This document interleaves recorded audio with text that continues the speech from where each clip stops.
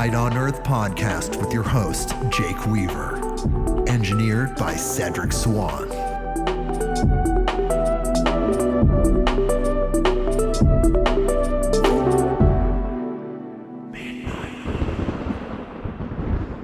Hey everybody, we are back with another episode of Midnight on Earth.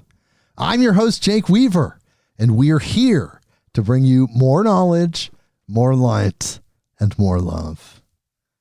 We're back with a Beyond the News episode. Yes. Oh my goodness. It is absolutely astounding what is in Earth's newsfeed right now. It's mind-blowing. The stories are just going to blow you away.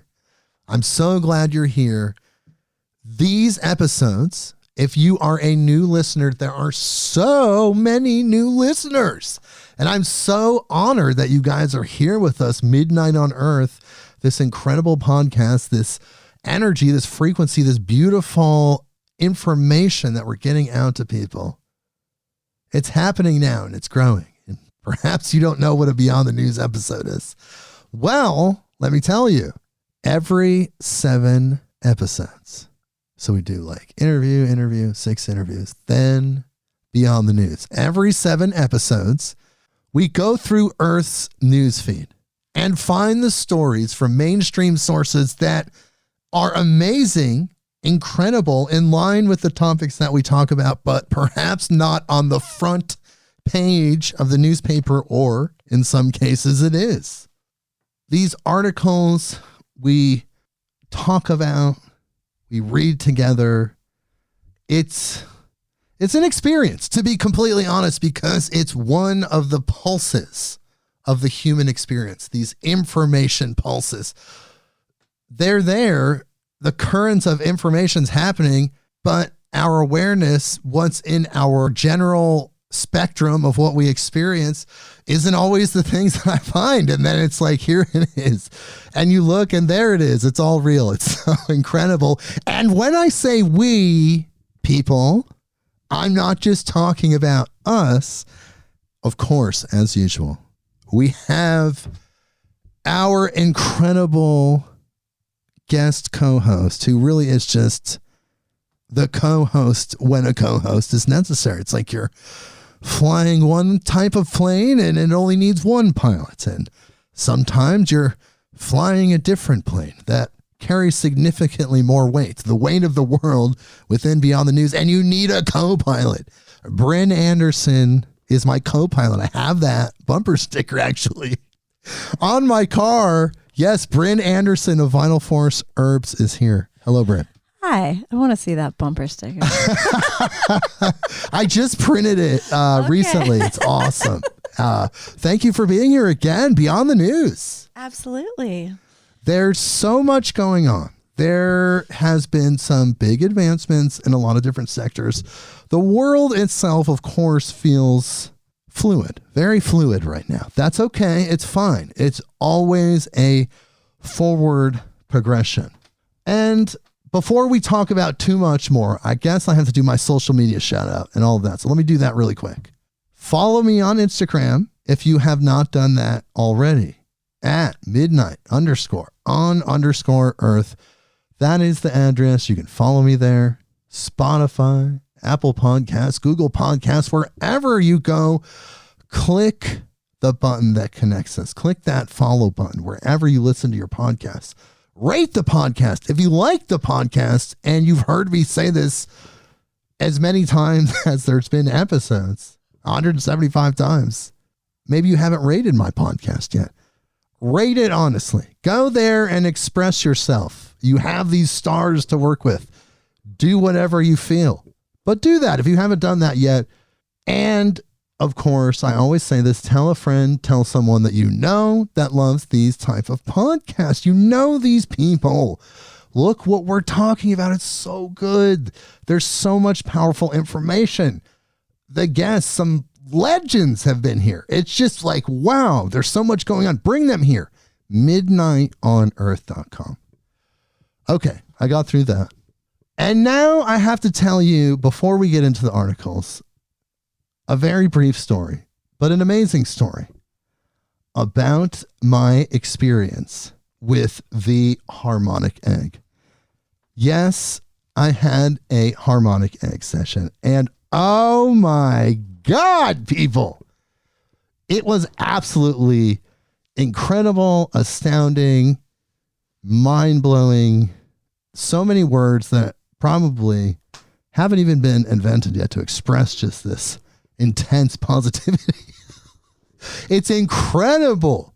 I want to tell you about it, but I'm going to give you the shorter version right now. There is a longer version. I actually made a video of myself talking about my experience with the harmonic egg, and I put it on YouTube. It's on Midnight on Earth's YouTube channel, which go subscribe. I'm not a big YouTube person, to be completely honest. 99% or more of my listenership is not on YouTube. It's on podcast platforms. People like to use their phones. Mostly it's Spotify and Apple Podcasts. Like pretty much like that's a huge percentage of the platforms that people listen to the show on. It's incredible because I see all those back end numbers. And speaking of 175, that's how many countries we've touched right now on good old planet Earth. Somehow, somewhere, there's someone in 175 countries listening to one of these episodes and loving it, hopefully. That's also mind-blowing. So we have that channel. But this is the short version of the story, but I still want to tell you about it. So Gail Lynn was on the show, and she was recommended as a guest to me by Stephen Ross, who had the book about the nemoscope, and we talked about a lot of really amazing things. And he was recommended to me by Ronnie Pontiac, who wrote the book about the American metaphysical religion. Really cool dude.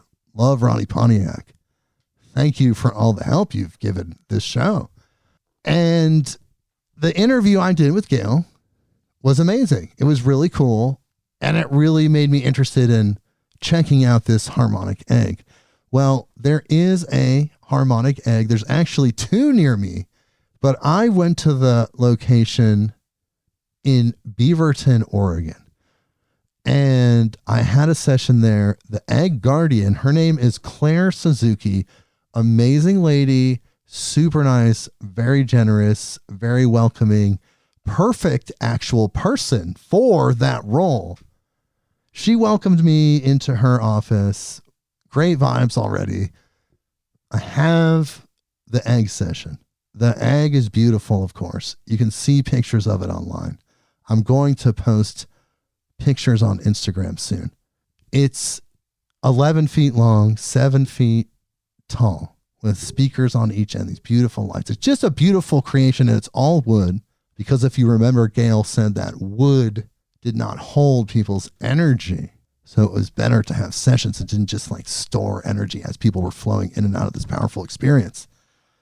And no right angles, which was cool. It was all prevalent right there.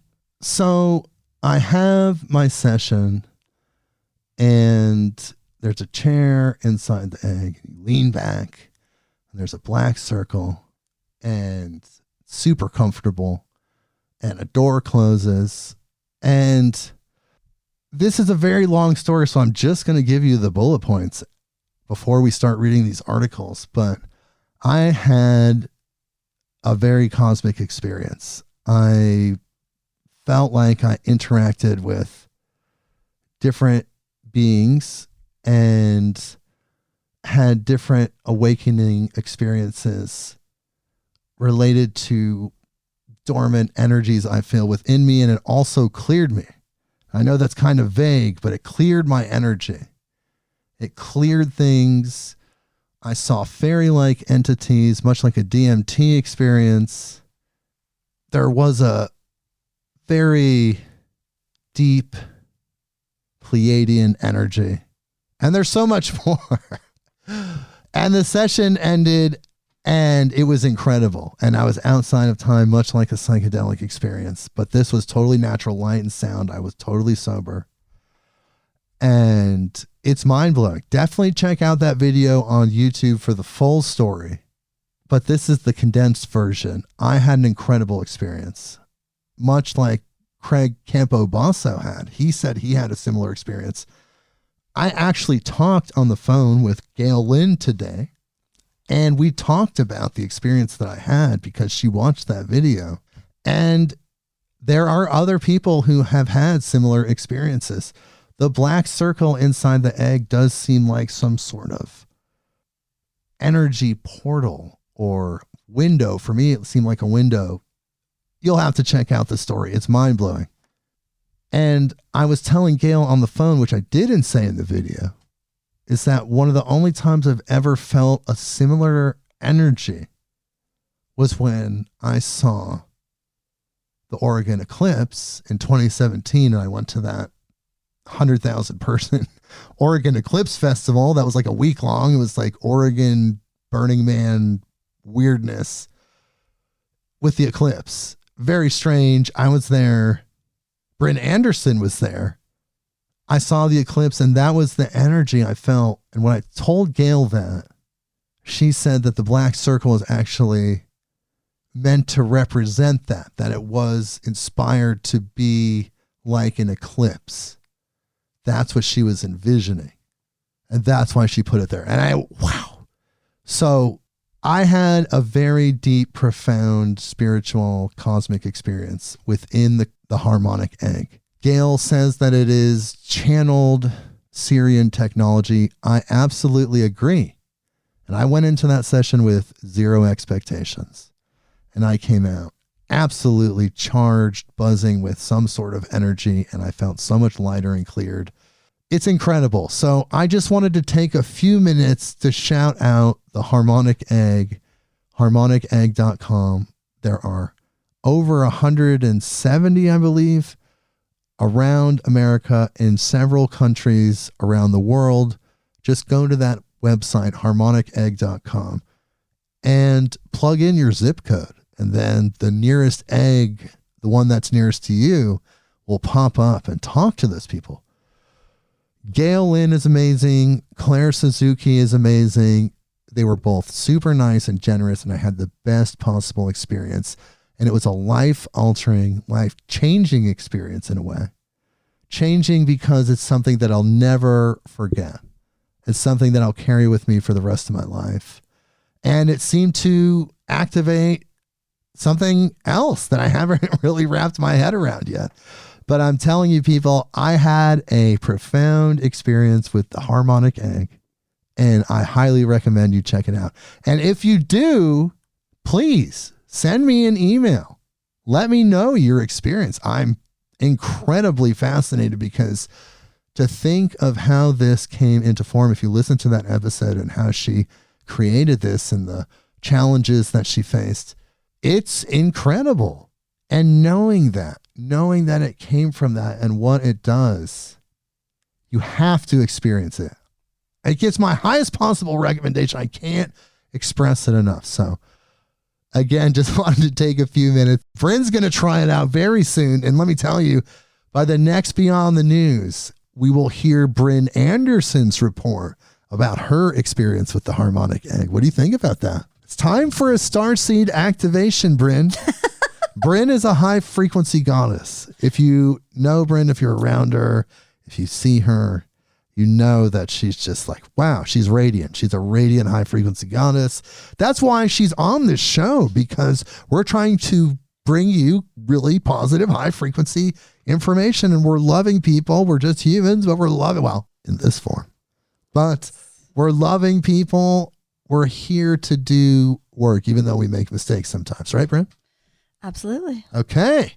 So, all right, enough of that. One more thing about your harmonic egg. What episode did you speak with Gail? Was that just your last one or one before that? That was episode 168. So if you go to Spotify, you can look at episode 168 of Midnight on Earth, Frequency Medicine and the Harmonic Egg. It's all of those things.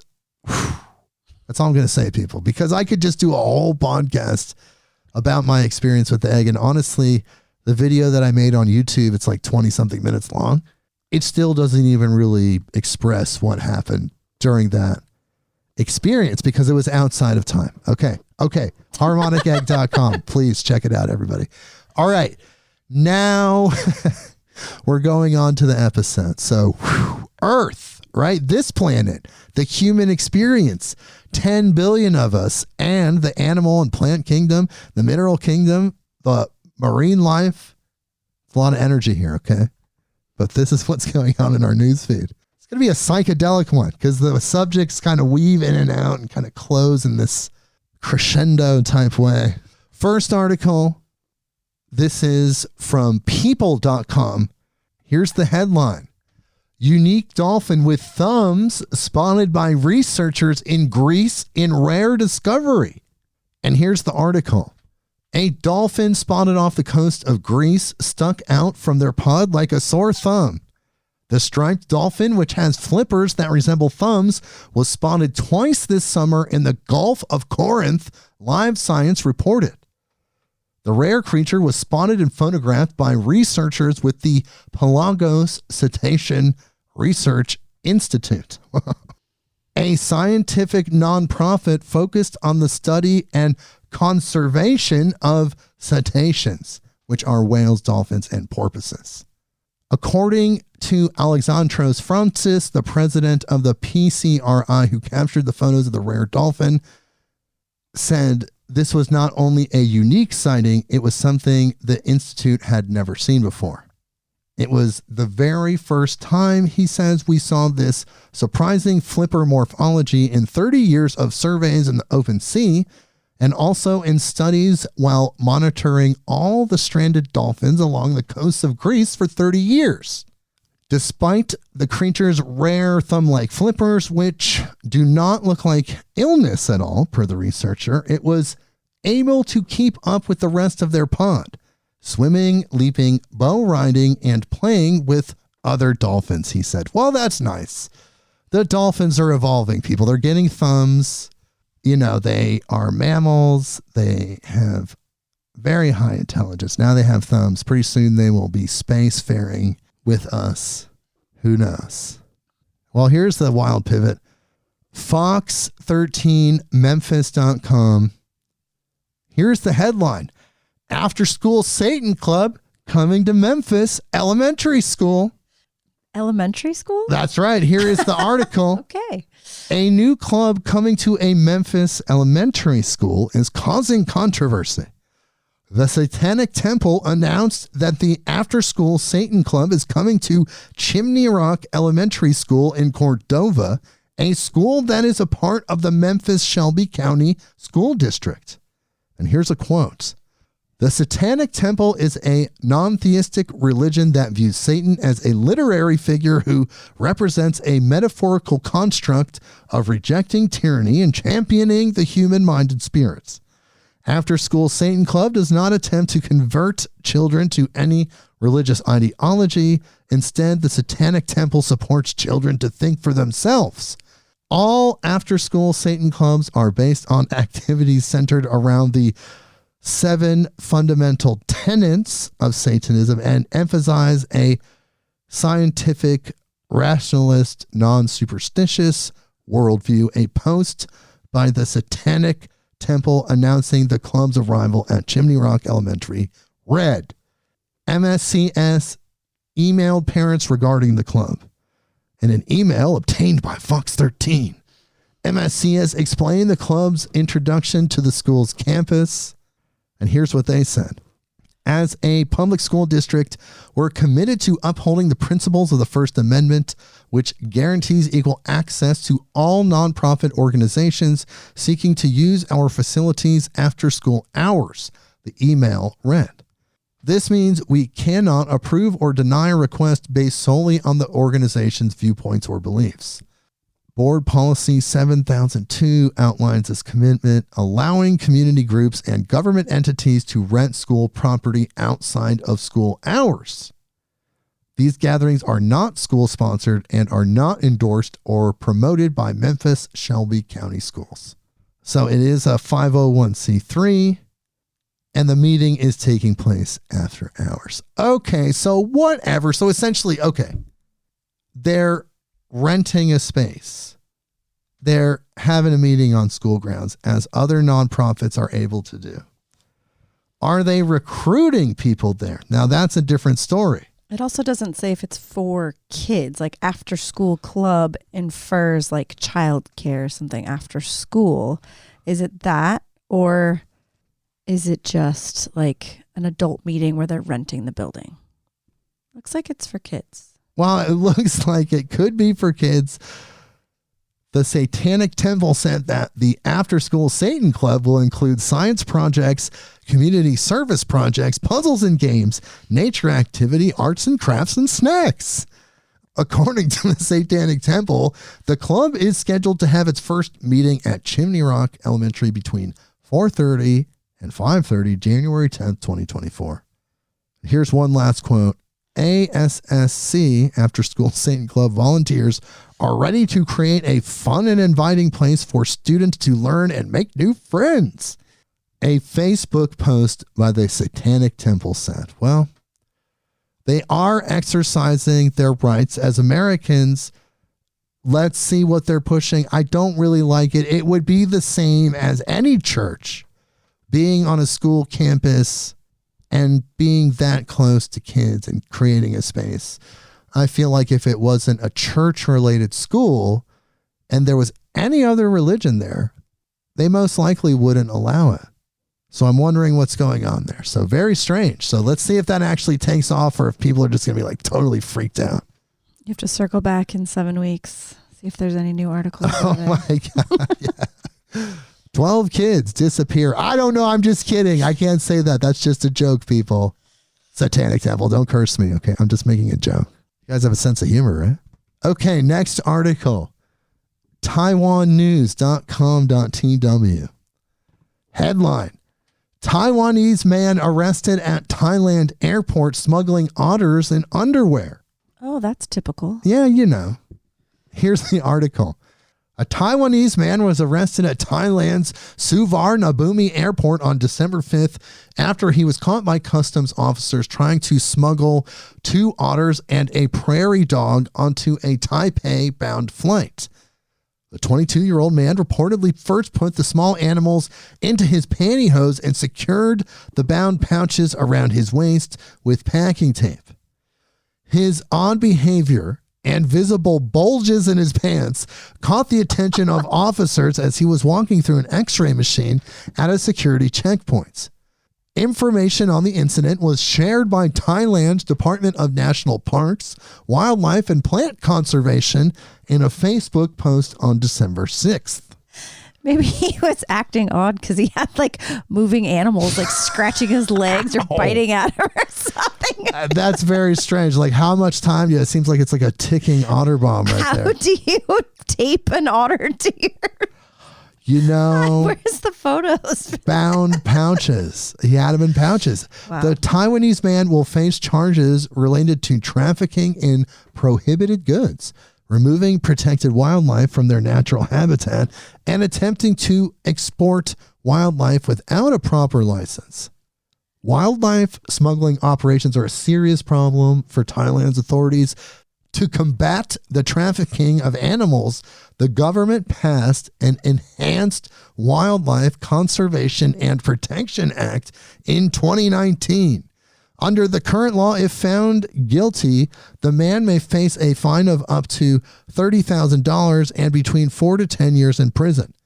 According to reports, the Asian small-clawed otters, which the man attempted to bring to Taiwan, are a protected species. Wow. Dang. I know. Well, here's some good news. They found that space tomato. Did you know there was a tomato lost in space? I actually didn't know this until I found this article. But it turns out there was a tomato lost in space for a while. Dang. Okay. This is from space.com. Headline: ISS astronauts find tomato that was lost in space for 8 months. Okay. And here's the article. A foodie space mystery has been finally solved.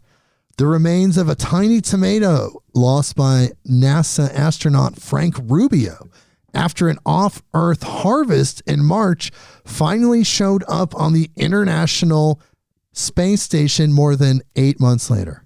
Quote, our good friend Frank Rubio, who headed home already, has been blamed for quite a while for eating the tomato, but we can exonerate him.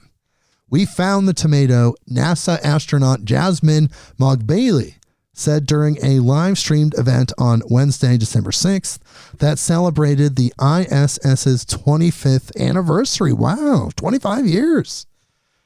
International Space Station, holy cow. The minor incident turned into a large inside joke for Rubio in the fall.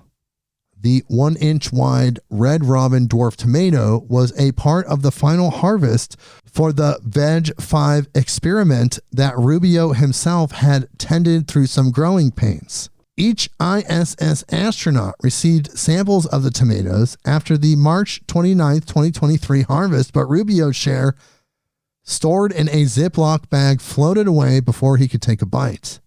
So they found the tomatoes, people.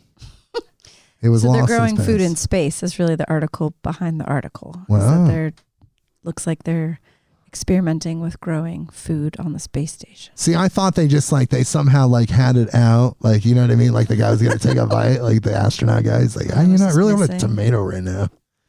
Like he had that space tomato. He's like, shit, dude. Fuck, you dropped it, bro. It's fuck. So this one's really cool.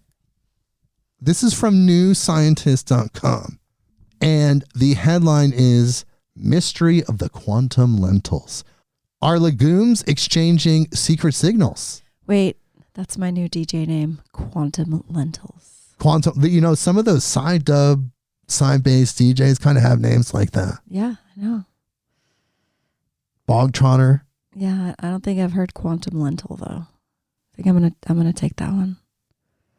Who's the luminous guy? Luminous Bean? I don't know.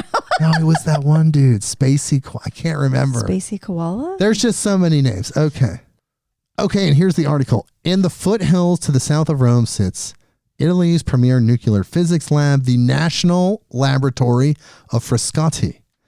It has all the equipment you would expect at a cutting-edge science facility with huge magnets, powerful particle accelerators, and exposed electric cables spilling out everywhere. Many of the researchers here are trying to unpick the secrets of the Standard Model, our best theory of how reality works at its most fundamental level. And then there is the room where Catalina Kirkunu is monitoring a small box of lentils. Okay, that's a lot of buildup in this article here. Suranu hopes the apparatus and methods of nuclear physics can solve the century-old mystery of why lentils and other organisms too constantly emit an extremely weak dribble of photons or particles of light. Some reckon. Did AI write this article? I'm not really thinking of this like physicist. Well, I reckon. That doesn't seem likely. Okay. Hold on. This is cool though. Some reckon these biophotons are of no consequence. Others insist they are a subtle form of lentil communication. Sirkinu leans towards the latter camp, and she has a hunch that the pulses between the pulses might even contain secret quantum signals. Quote, these are only the first steps, but it looks extremely interesting, she says. There are already hints that living things make use of quantum phenomena, with inconclusive evidence that they feature in photosynthesis and the way birds navigate, among other things.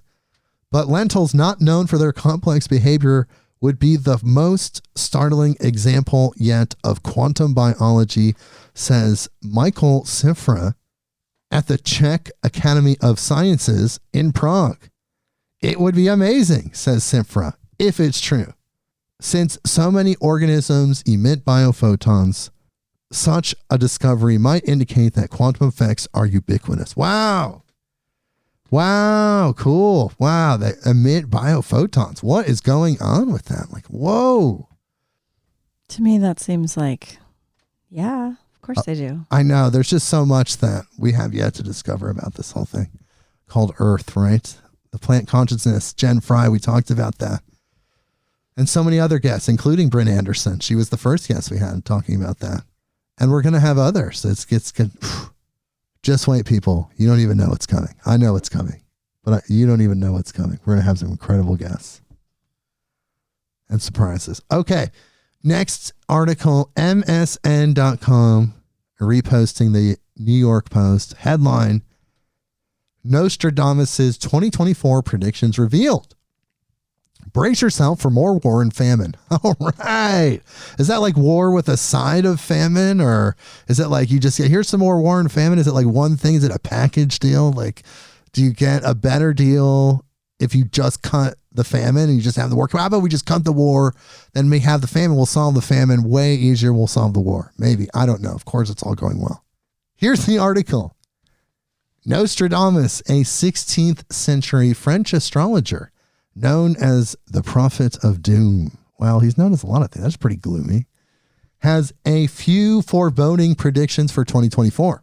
According to his 1555 text, Les Prophéties, the prophecies, this year brings continued global strife, including war on the seas, royal turmoil, and humanitarian disaster. His vision of the future is laid out in 942 poetic verses called quatrains.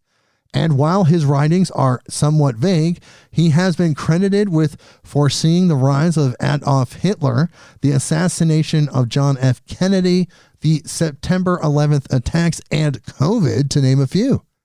In spite of some who falsely believed his text had predicted the apocalypse in 1999, his visions continued and have this to say for 2024. Some experts erroneously believe that Nostradamus had predicted the world's end in 1999, but his prophecies have continued still 25 years later. Prince Harry becomes king. One of the passages in his long text says that a king of the Isles will be driven out by force. Some think Nostradamus is referring to King Charles III. Another passage supposedly about Charles says, soon afterward, a disastrous war, a new king shall be anointed who for a long time will appease the earth, according to IFL Science.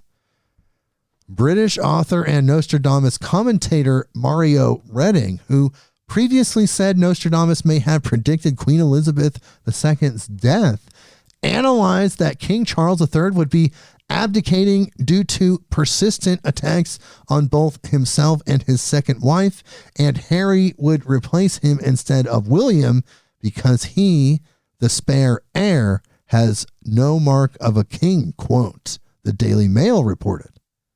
Nostradamus predicted combat and naval battle and said that a, quote, red adversary would become pale with fear, putting the great ocean in dread. Some think that the red adversary could be referring to China and their red flag.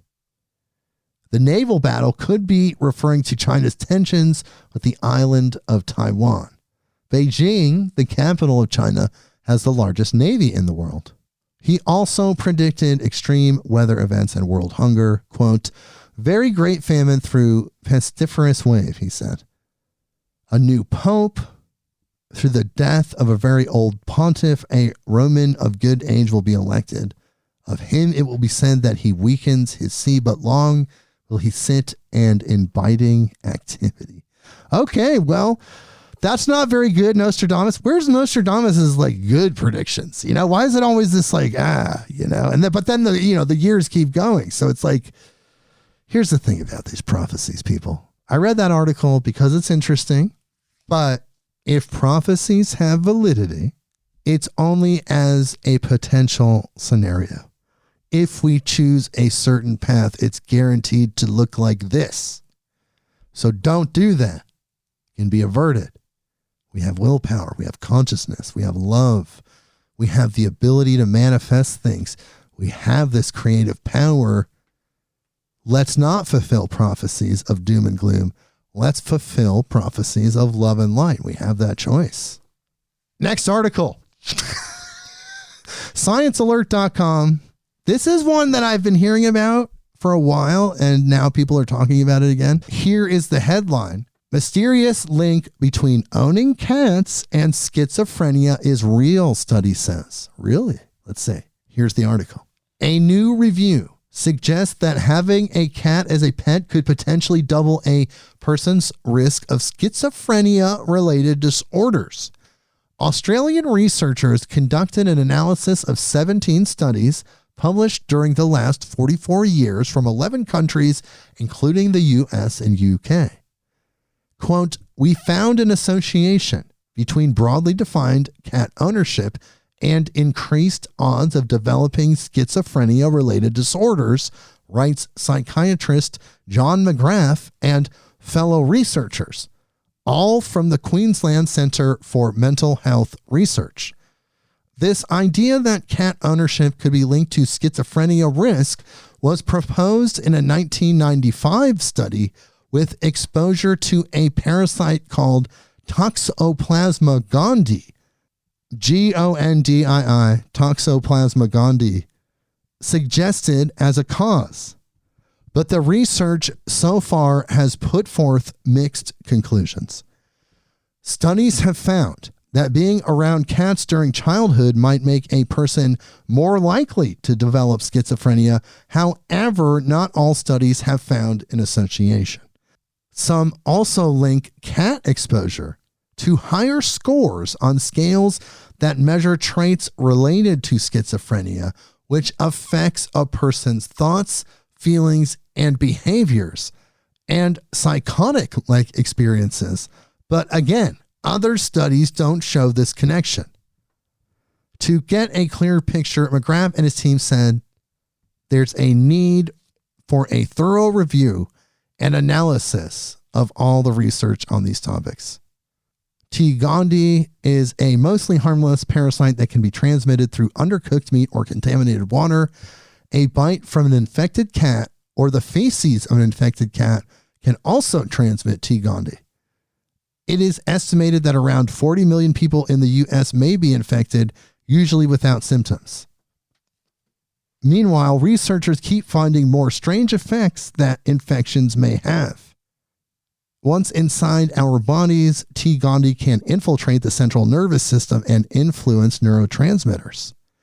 The parasite has been linked to personality changes, the emergence of psychotic symptoms, and some neurological disorders, including schizophrenia. However, a link doesn't prove a cause. Okay, very strange.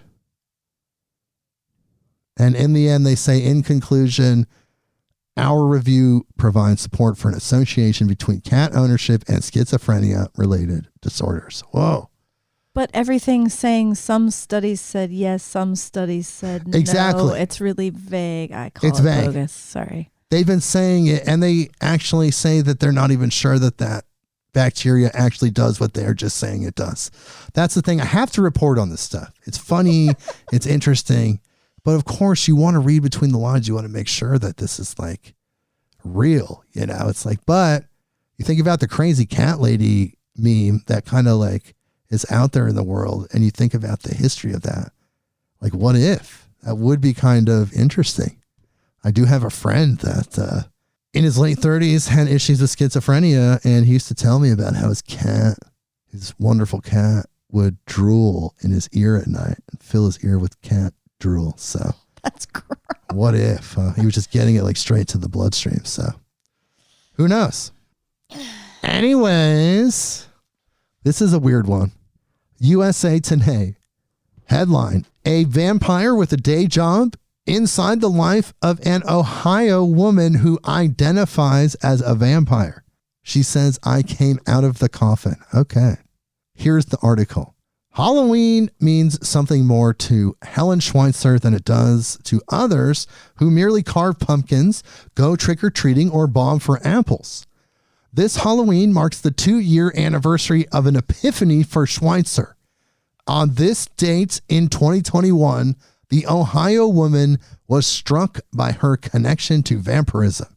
There has been no turning back for the 28-year-old woman who identifies as a vampire who wears fangs and a makeup palette of dark red lipstick with a phoenix eye.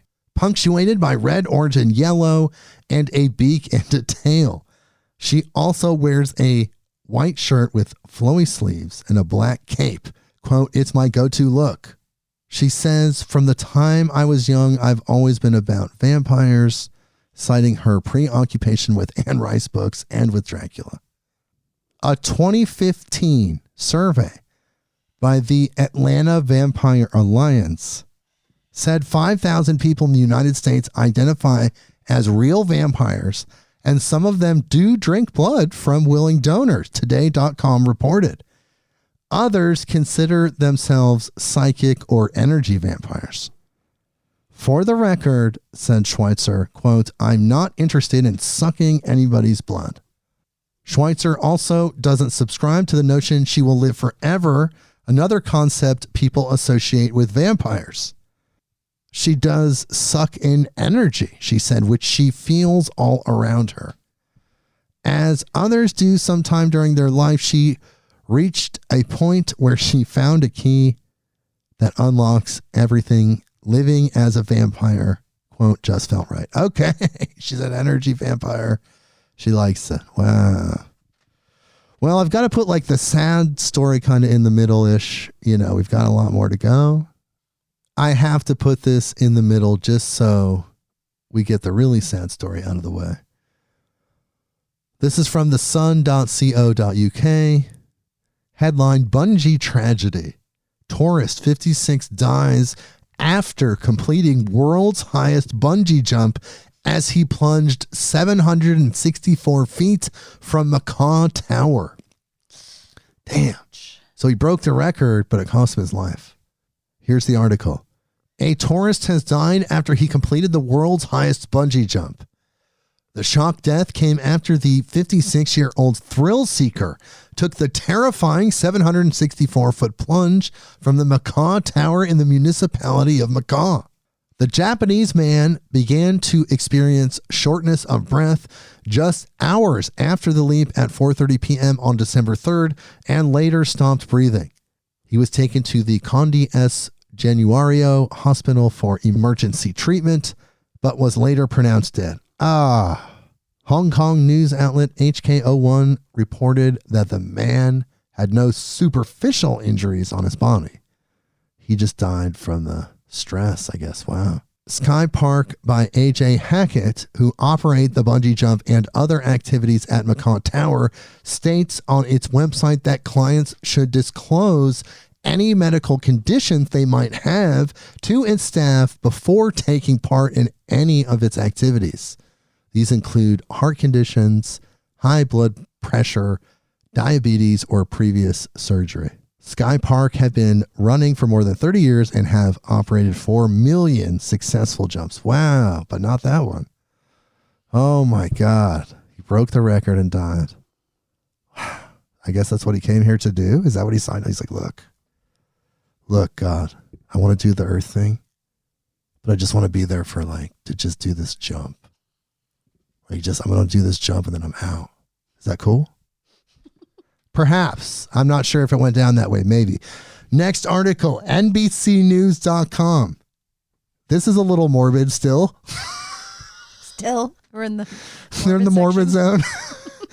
The darkness of midnight. Headline, funeral home owner and wife arrested after remains of at least 189 people are found at facility. I think we talked about this earlier, but this is now an update on this story. So here we go. It could be a different one. Is it the same one? I think it's the same one. Okay. But this is like the next step. So here we go. Here's the article. The owner of a Colorado funeral home and his wife have been arrested after the decaying remains of at least 189 people were recently found at his facility. John and Carrie Halford were arrested in Wagoner, Oklahoma on suspicion of 3 felonies: abuse of a corpse, money laundering, and forgery, authorities said in an email to aggrieved families. John Halford is being held at the Muskogee County, Oklahoma jail, though there aren't any records showing that his wife might also be there, according to a man who answered a call to the jail but refused to give his name. The Halfords couldn't immediately be reached for comment Wednesday. Really? No kidding. Neither has a listed personal phone number, and the funeral home's number been working. Okay, of course. Like, what? John Halford owns Return to Nature Funeral Home in Penrose, a small town about 100 miles south of Denver. The remains were found October 4th by authorities responding to a report of an abhorrent smell inside the company's decrepit building.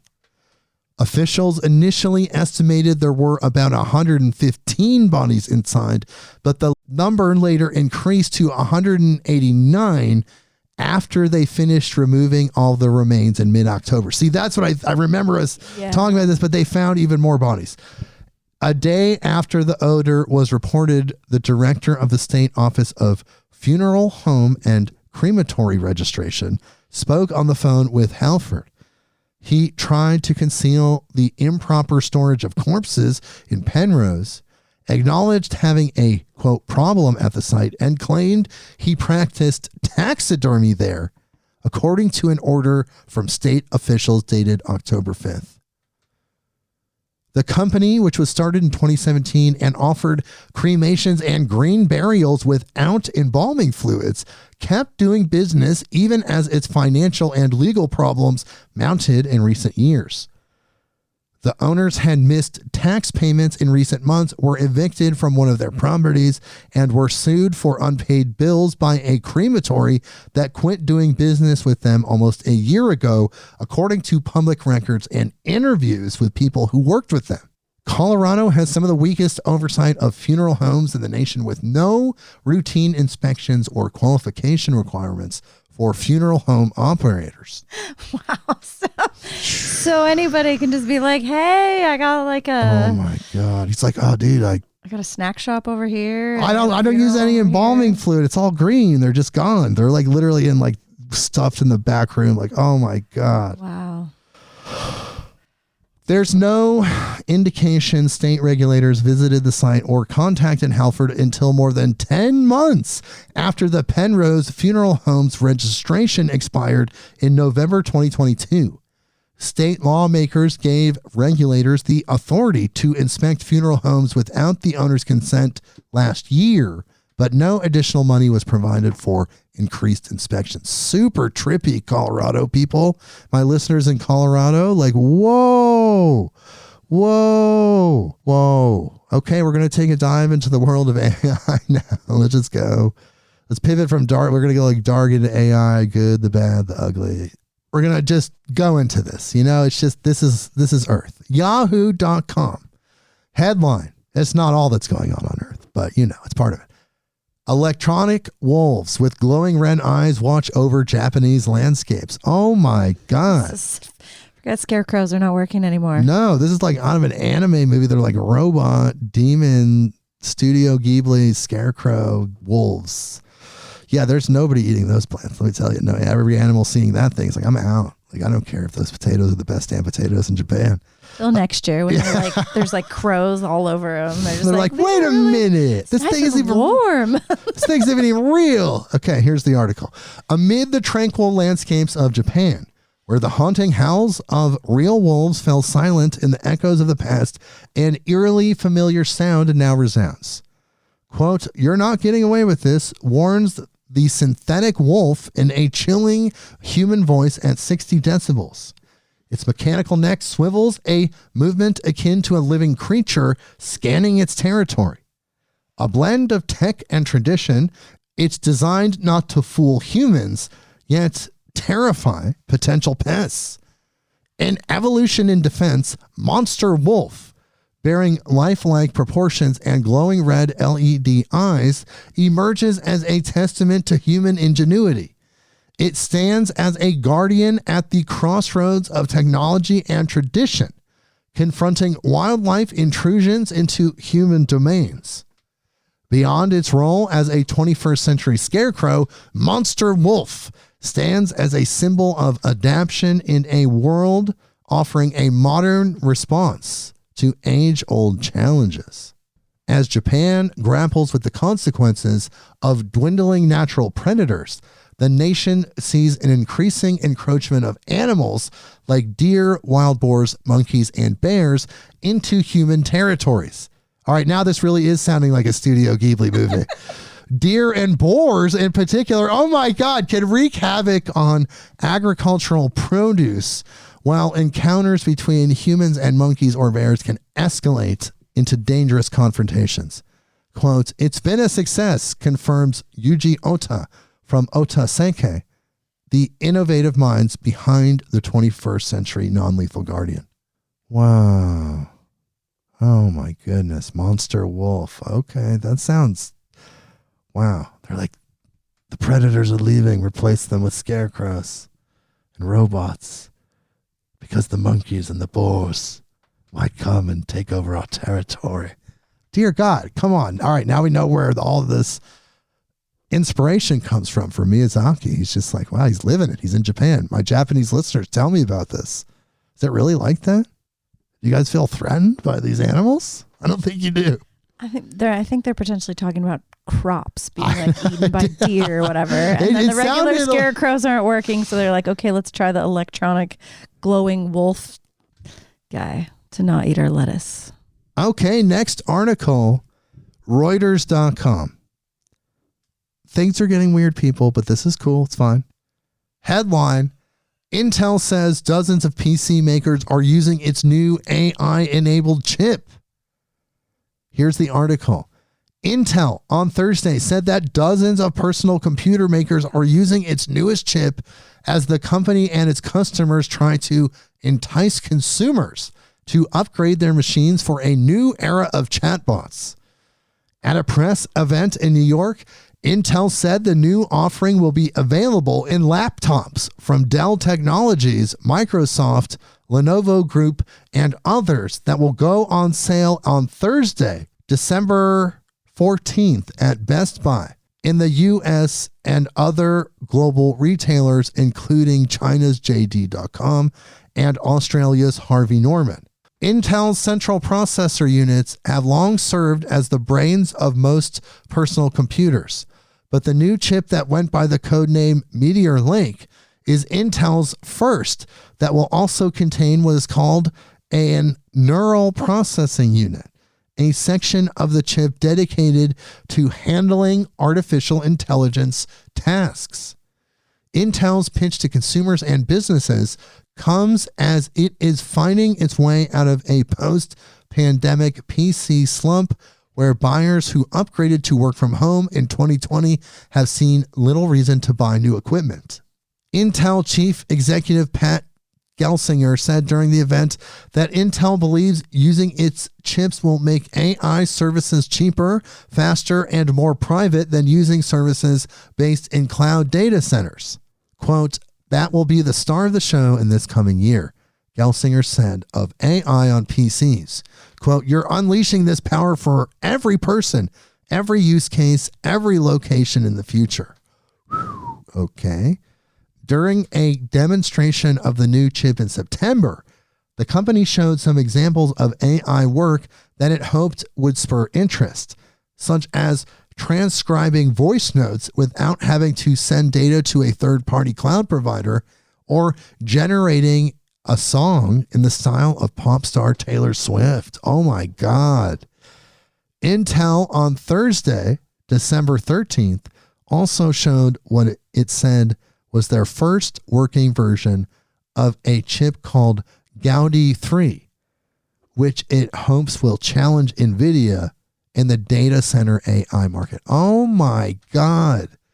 You're just going to be able to say, like, make a song about Nostradamus's predictions. Wow, people. I mean, what's coming is just, whew, okay. And here's another indicator of this. This is from theguardian.com. Here's the headline.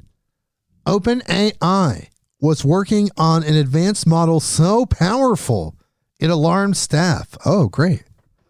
Here's the article. OpenAI was reportedly working on an advanced system before Sam Altman's sacking that was so powerful it caused safety concerns among staff at the company.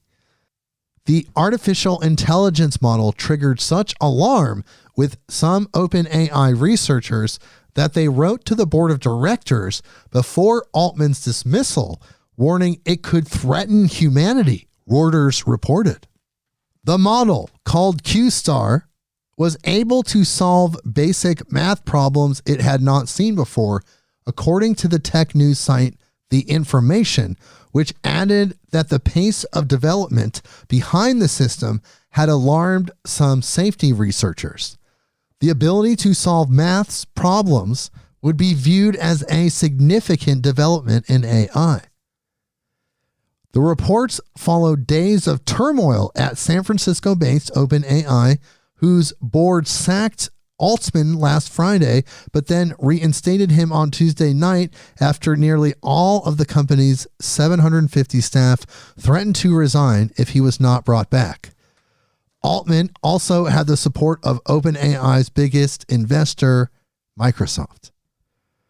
Many experts are concerned that the companies such as OpenAI are moving too fast towards developing artificial general intelligence, the term for a system that can perform a wide variety of tasks at human or above human levels of intelligence and which could, in theory, evade human control. Andrew Rogoyski of the Institute for People-Centered AI at the University of Surrey said the ability to solve math problems not included in a model's training set would be a significant development. Quote, a lot of generative AI regurgitates or reshapes existing knowledge, whether texts, images, or maths, including libraries of known maths solutions. If you can create an AI that can solve a problem where you know it hasn't already seen the solution somewhere in its vast training sets, then that's a big deal. Even if the maths is relatively simple, solving complex maths unseen would be even more exciting. Speaking on Thursday last week, the day before his surprise sacking, Altman indicated that the company behind ChatGPT had made another breakthrough. In an appearance at the Asia-Pacific Economic Cooperation Summit, he said, quote, 4 times now in the history of OpenAI, the most recent time was just in the last couple of weeks, I've gotten to be in the room when we sort of push the veil of ignorance back and the frontier of discovery forward, and getting to do that is the professional honor of a lifetime. Oh my God, dude, what is he talking about? OpenAI was founded as a nonprofit venture with a board that governs a commercial subsidiary run by Altman. Microsoft is the biggest investor in the for-profit business. As part of the agreement in principle for Altman's return, OpenAI will have a new board chaired by Brett Taylor, a former co-chief executive of software company Salesforce. Wow. And more is coming. Super intelligent AI chips. Look, I talk about this vision I had, this idea, this concept. In the future, humans will be issued. It's just the concept of the phone evolved. We get issued this robot at birth that is like the internet, your iPod, a digital companion. And it grows with you. And as you get older, it gets taller. It's growing with you. It's never just this like little robot. And it will be the catalyst to help us evolve in a material sense faster, because we'll have that extra help. And it's some sort of consciousness. I don't know what it is, but it seems like if you're like looking at the phone, the way we interact with it, what it does, the way some people actually love their phone. I'm serious. You know what I'm talking about. You know those people. I love my phone, but I don't love my phone. You know what I mean? So where is this going? It's going to that. It's fine. It's fine. Look, let's just live with this technology, but just keep it spiritual. Keep it always all about source, the Most High, whatever that is, the mystery. And it gets even weirder. CNBC.com. Here's the headline. OpenAI, we were just talking about them, and Axel Springer strike unprecedented deal to offer news in Chat GPT. Oh my God. Here it comes, right? Here's the article. OpenAI and Axel Springer, the global news publisher, have struck an unprecedented deal that allows Chat GPT to summarize news stories from outlets such as Politico and Business Insider, the companies announced Wednesday. The news comes as publishers, artists, writers, and technologists increasingly weigh or pursue legal action against companies behind popular generative artificial intelligence tools, including chatbots and image generation models, for allegedly using their content or creations as training data. For instance, John Grisham, George R.R. Martin, and other prominent authors sued OpenAI in September over alleged copyright infringement. Once the OpenAI Axel Springer deal goes into effect, when a user asks ChatGPT a question, it will respond with summaries of news articles from media outlets such as Politico, Business Insider, Bild, and Welt. Oh, interesting. That's not going to shape people's perspectives at all. No, I actually read an interesting article recently where someone asked ChatGPT a series of questions, and it was, the author of the article was looking for certain information that had already been deemed to be factual, but the ChatGPT was avoiding it because it was like controversial in the mainstream world or whatever. And so it kept asking. So then I would have to go around the questions. And then he was specifically asking, why didn't you answer, that this study had been done when then later you tell me the study had been done? It was really fascinating to see like how the training modules had shaped like how the ChatGPT answered versus not, even though eventually he was able to get the information out of the AI. Yes, I've heard about that. It's just the pattern of questioning. It seems like there's some kind of ingrained biases, and then by coaxing it through various prompts, you can get it to release the factual information, but the core instant aspect of it seems to be pre-programmed to be biased, though it is said to be unbiased. So just to close this article out, the chatbot will also include articles that would otherwise be limited to subscribers of those outlets, according to a release, and the answers will include, quote, attribution and links to the full articles for transparency. Oh, yeah, wow. Uh-huh. Okay, cool. Okay, ready? NewScientist.com. Here's the headline. Don't be scared, people. Okay? What I talked about with the robot and the evolution of the phone and all that. It's fine. It's part of the human experience, it seems. As long as we start with love, I think it's going to be okay. Here's the headline. Supercomputer that simulates entire human brain will switch on in 2024. And the sub-headline is a neuromorphic supercomputer called Deep South will be capable of 228 trillion synaptic operations per second, which is on par with the estimated number of operations in the human brain. Estimated. Here's the article. A supercomputer capable of simulating at full scale the synapses of a human brain is set to boot up in Australia next year in the hopes of understanding how our brains process massive amounts of information while consuming relatively little power. Oh my God, that's a weird way to look at it. Okay.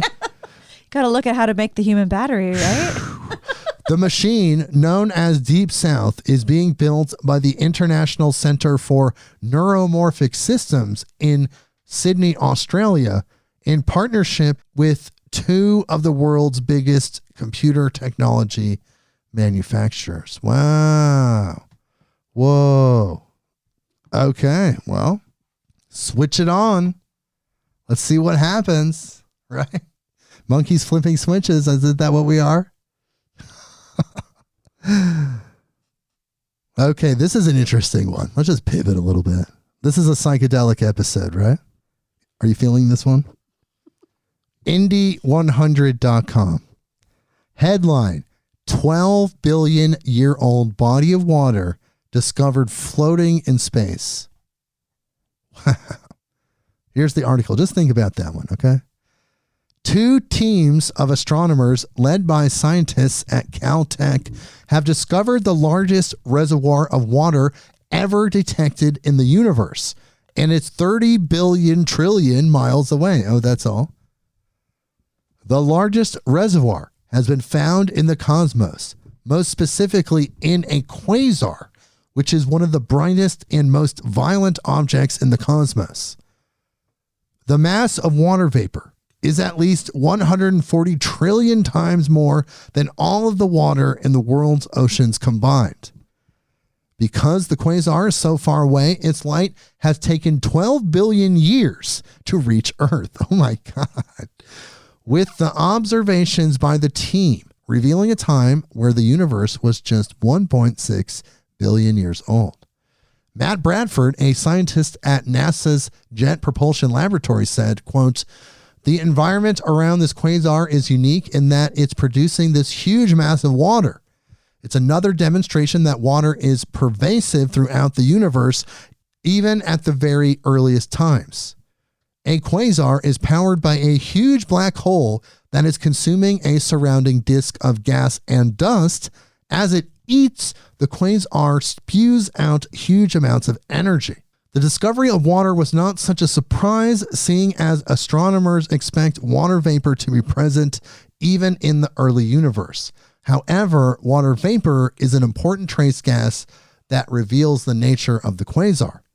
This particular quasar showed water vapor being distributed around the black hole in a gas region spanning hundreds of light years.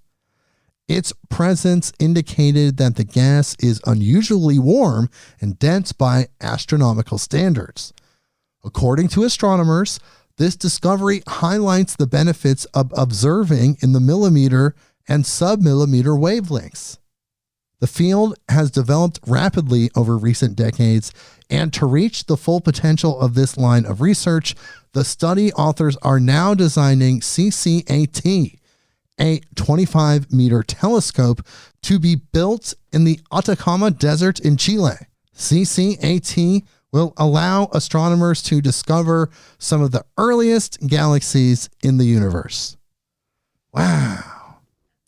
That's wild. That still blows me away, like how they can see that and Calculate know that. what it is. And then it came from billions of years ago? 12 billion years ago. 12 billion years. Like, how is that measured that it took that much time? The light years. I know, but it's just wild. It's just wild to think about, like, how they figured all that, all that measuring means such information. I know. Humans, we're pretty intelligent, to be honest. Look, we're getting this information, how we perceive reality. We are intuiting it in a way that's channeling. It's inspiration. You're asking for that from that place where that information is, and then it comes to you and it's revealed to you, and then you bring it into this dimension. So let's move on. Speaking of language, Vice.com headline: scientists have reported a breakthrough in understanding whale language. All right. Always wanted to talk to whales. How about you, Brynn? Absolutely. I think it's because of the dolphins and the thumbs. Yeah. They can have we're evolving. Everybody's evolving. We're figuring out how to talk to whales. Here's the article. Researchers have identified previously unknown elements of whale vocalizations that may be analogous to human speech. A new study reports. Hopefully I pronounced that word correctly. Sperm whales are giants of the deep, with healthy adults having no known predators. Scientists studying their vocalizations have already picked out key elements of their communication, namely clicks, sequences of which are called codas. Now, researchers, led by Gasper Begus from the University of California, Berkeley, report the discovery that the acoustic properties of these clicks, for example, pitch, are, quote, on many levels analogous to human vowels and diphthongs, which is when one vowel sound morphs into another, such as in the word coin. It's like a whale sound. Coin. Coin. Coin. The researchers even identified 2 unique coda vowels that are actively exchanged in conversation between whales, which they term the A vowel and the I vowel. The researchers explained in their paper, published as a preprint online this week, that the first clue that so-called spectral properties could be meaningful for whale speech was provided by AI. Here's AI again. Begus previously developed a deep learning model for human language called Fuegon, which, quote, was trained to imitate sperm whale codas and embed information into these vocalizations. What? Not only did the AI predict elements of whale vocalizations already thought to be meaningful, such as clicks, but it also singled out acoustic properties. To follow up on the AI's tip, the researchers analyzed a data set of 3,948 sperm whale codas recorded with hydrophones placed directly on whales between 2014 and 2018. By visualizing these acoustic properties in spectral waveform, they were able to notice and discern vowel sounds. Quote, under our proposed view, whale clicks are equivalent to the pulses of vocal folds in human speech production, the authors wrote. In other words, we treat clicks as the source and the sperm whale's resonant body, the nasal complex, including the spermaceti organ, as the filter that modulates resonant frequencies. Oh my God. The analogies to human speech are readily apparent. The authors note, for example, that vocal tone in Mandarin can change the meaning of otherwise identical syllables. If our findings are correct, it means that the communication of sperm whales is much more complex and can carry more information than previously thought, the researchers concluded. Wow, they're figuring out how to talk to sperm whales. Dolphins have thumbs. We're talking to whales. I just love how they're always so blown away, like, wow, they're so much more complex than we thought. And you're like, yeah, you just thought it was a living can of tuna. Just come on, be honest, people. Not you guys listening, but the people that thought they didn't know, but now they know, if that makes sense. Okay, next article, our blessed dolphin family, SmithsonianMag.com. Headline, bottlenose dolphins may have an electric sense, study finds. Wow. Here's the article. Bottlenose dolphins hunt prey using their keen eyesight, hearing, and a sonar system known as echolocation. But now researchers have discovered the marine mammals may be aided by another sense, electric pulse detection. In a new study published in the Journal of Experimental Biology, scientists report that bottlenose dolphins have dimples called vibrissae pits on their beaks that perceive electricity and may help them gobble up fish and navigate around the ocean. Newborn dolphins have whiskers in these pits that fall out soon after birth, so researchers previously thought they were non-functional. The finding suggests bottlenose dolphins may join a small group of mammals with the rare capacity for electroreception. Aside from dolphins, only platypuses and echidnas seem to possess this unusual sense. However, sharks and other elasmobranches, a group of cartilaginous fish including rays, skates, and sawfish, are very sensitive to electric fields. Some sharks can detect weak currents as low as 5 billionths of a volt per square centimeter. To test this ability in marine mammals, researchers worked with trainers to teach 2 captive bottlenose dolphins named Dolly and Donna to rest their jaws on a metal bar in their tank and swim away when they sensed an electrical impulse. The researchers then delivered fields of varying strengths using electrodes connected to a custom-built electric field generator. Quote, it's basically the same as when we go to the doctors and do a hearing test. We have to press a button as soon as we hear a sound. Lead author Tim Hüttner, a biologist at the Nuremberg Zoo in Germany, tells Carol Wilkin of the New York Times. The dolphins responded correctly on the first trial. Wow. So, I mean, they're able to determine an electric pulse. The team tested AC fields of varying frequencies, pulsing either once, 5 times, or 25 times per second. They found that both dolphins responded well to the low-frequency AC electric fields, although they appeared more sensitive to DC fields. Interesting. Okay. So there you go. The dolphins can sense electricity. So you ready to go back to Satan? I don't know. I kind of like dolphins. I don't know. Well, I had to stagger this. Swimming in the sea. And you notice that like peaceful. We're like flowing around. It's like an acid trip that you're like working terrible things. You're like, oh my God, like heaven, hell. FoxNews.com headline: Cosmopolitan magazine shares steps for how to have a satanic abortion ceremony.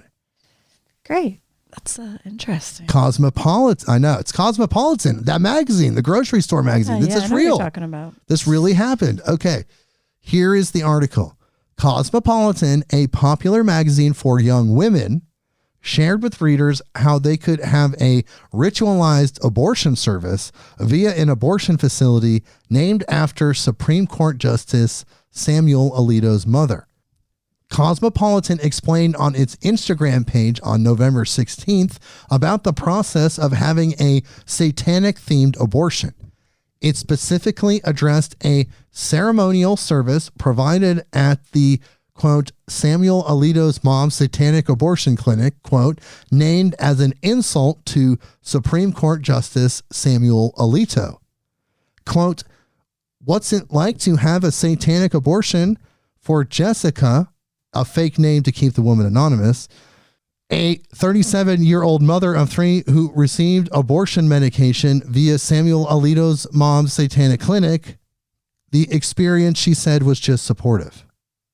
While she's not a Satanist, Jessica decided to incorporate a few ceremonial elements into her solo abortion experience. Why not, she thought. The overall messaging just clicked with her. Oh my God.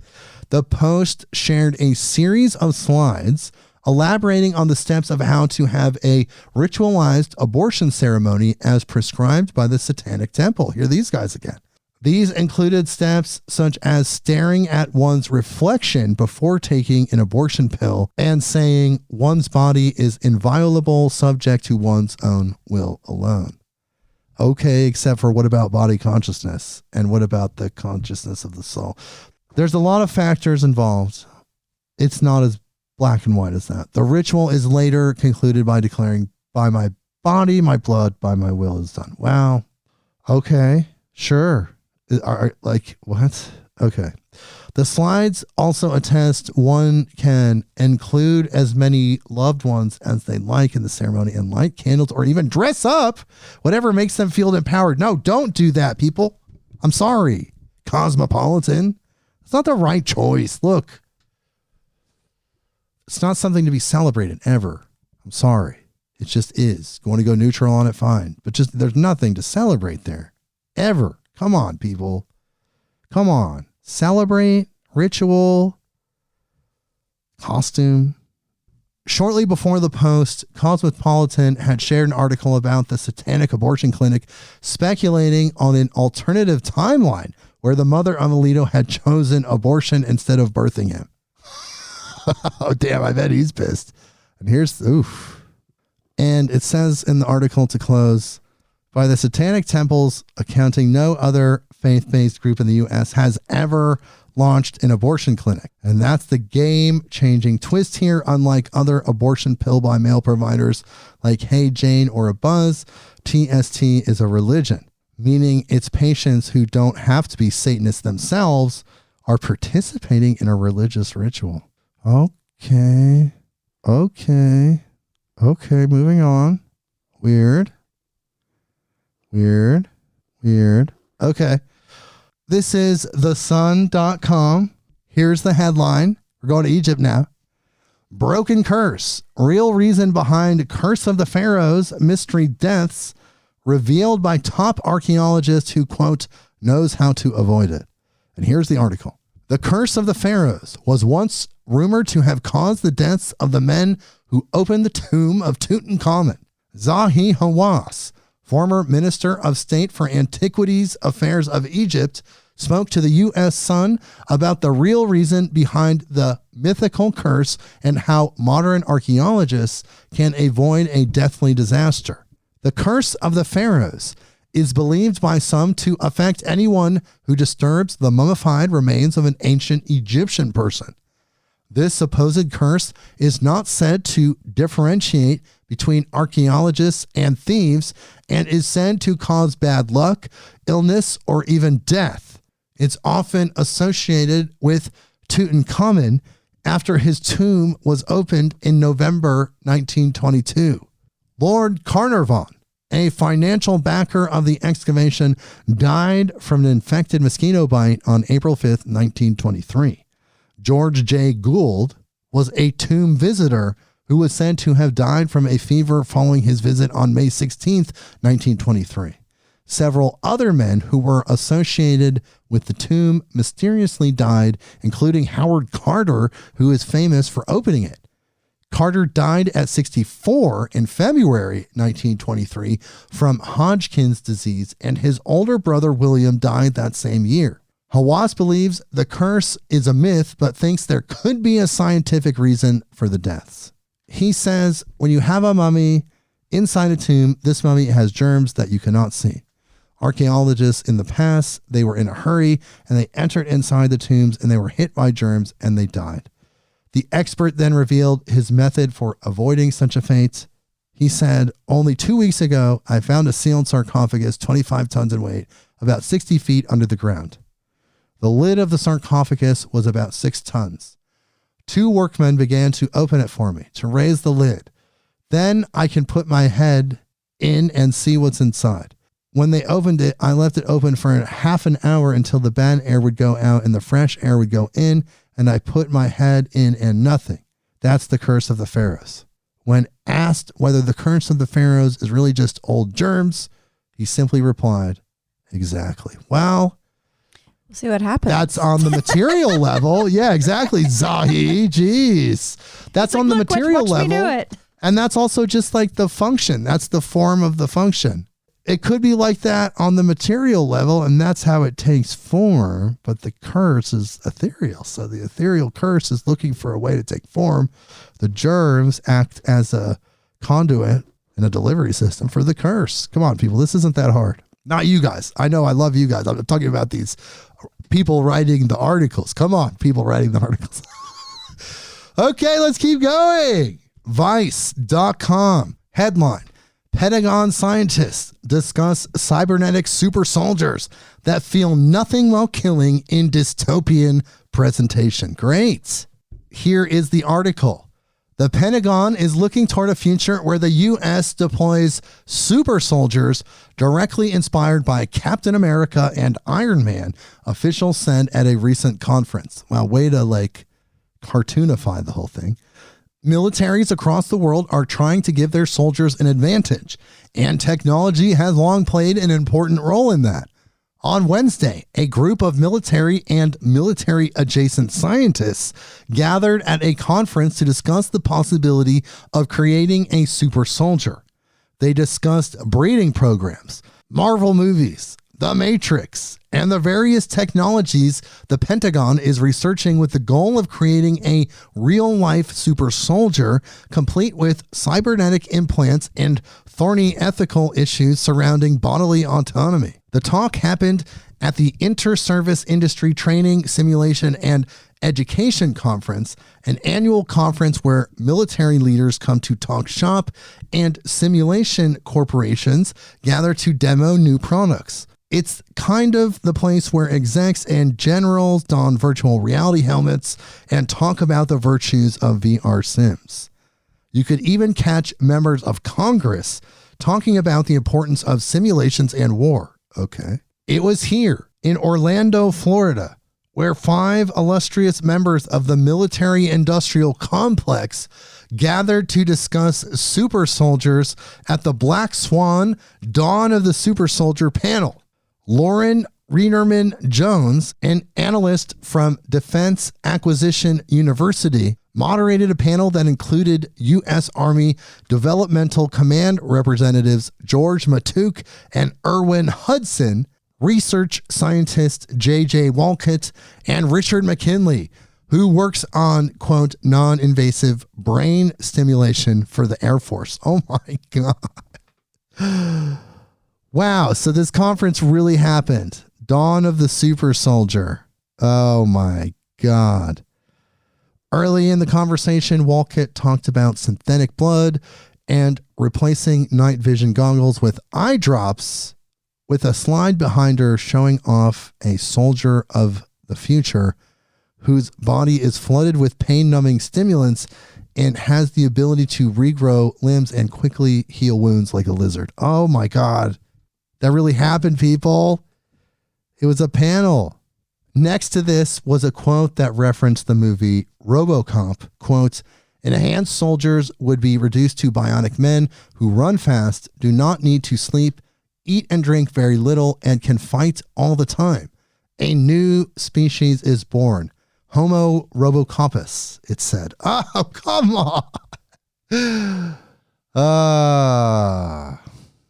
Towards the end of the discussion, an audience member asked the panelists if they've ever read a John Scalzi book about a near future where Earth wages war by offering the elderly new youthful bodies in exchange for military service.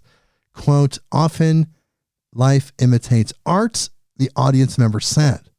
The panelists agreed it was a great idea. Oh my gosh, people. Oh my God. Okay.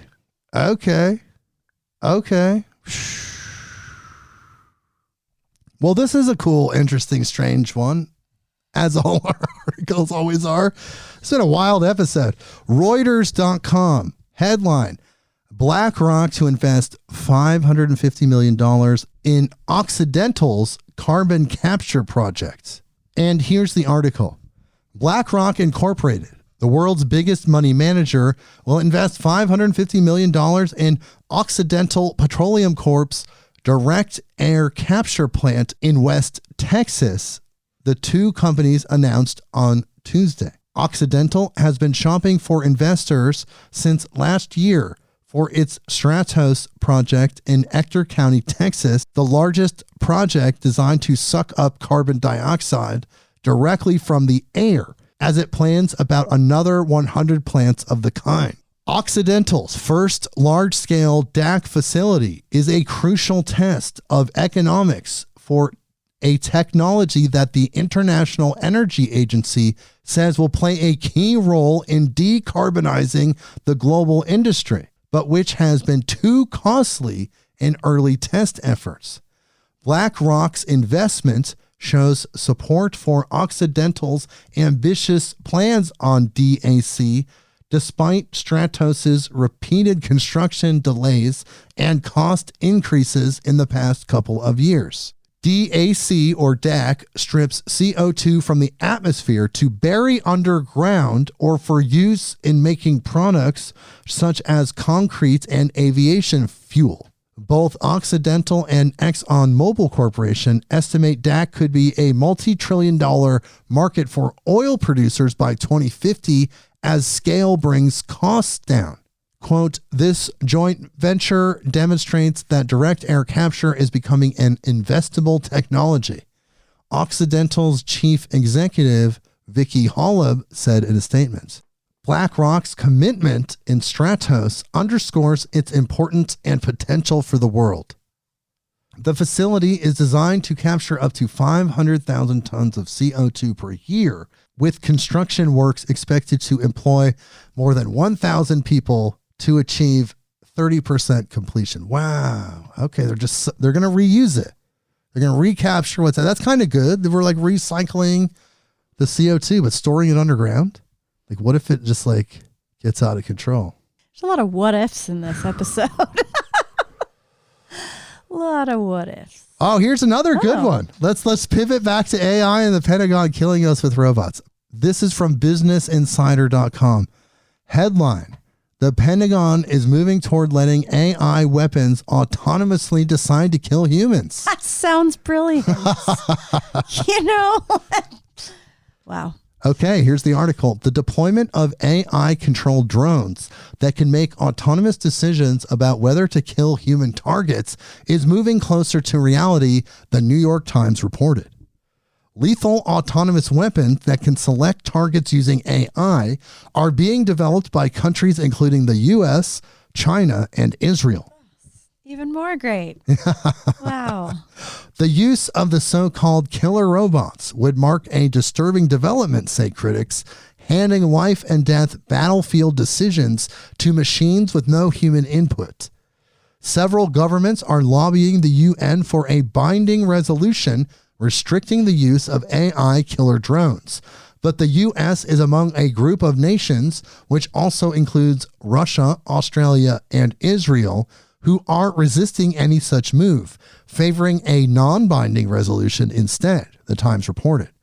Quote, "This is really one of the most significant inflection points for humanity," Alexander Kement, Austria's chief negotiator on the issue, told the Times. What's the role of human beings in the use of force? It's an absolutely fundamental security issue, a legal issue, and an ethical issue. The Pentagon is working toward deploying swarms of thousands of AI-enabled drones, according to a notice published earlier this year.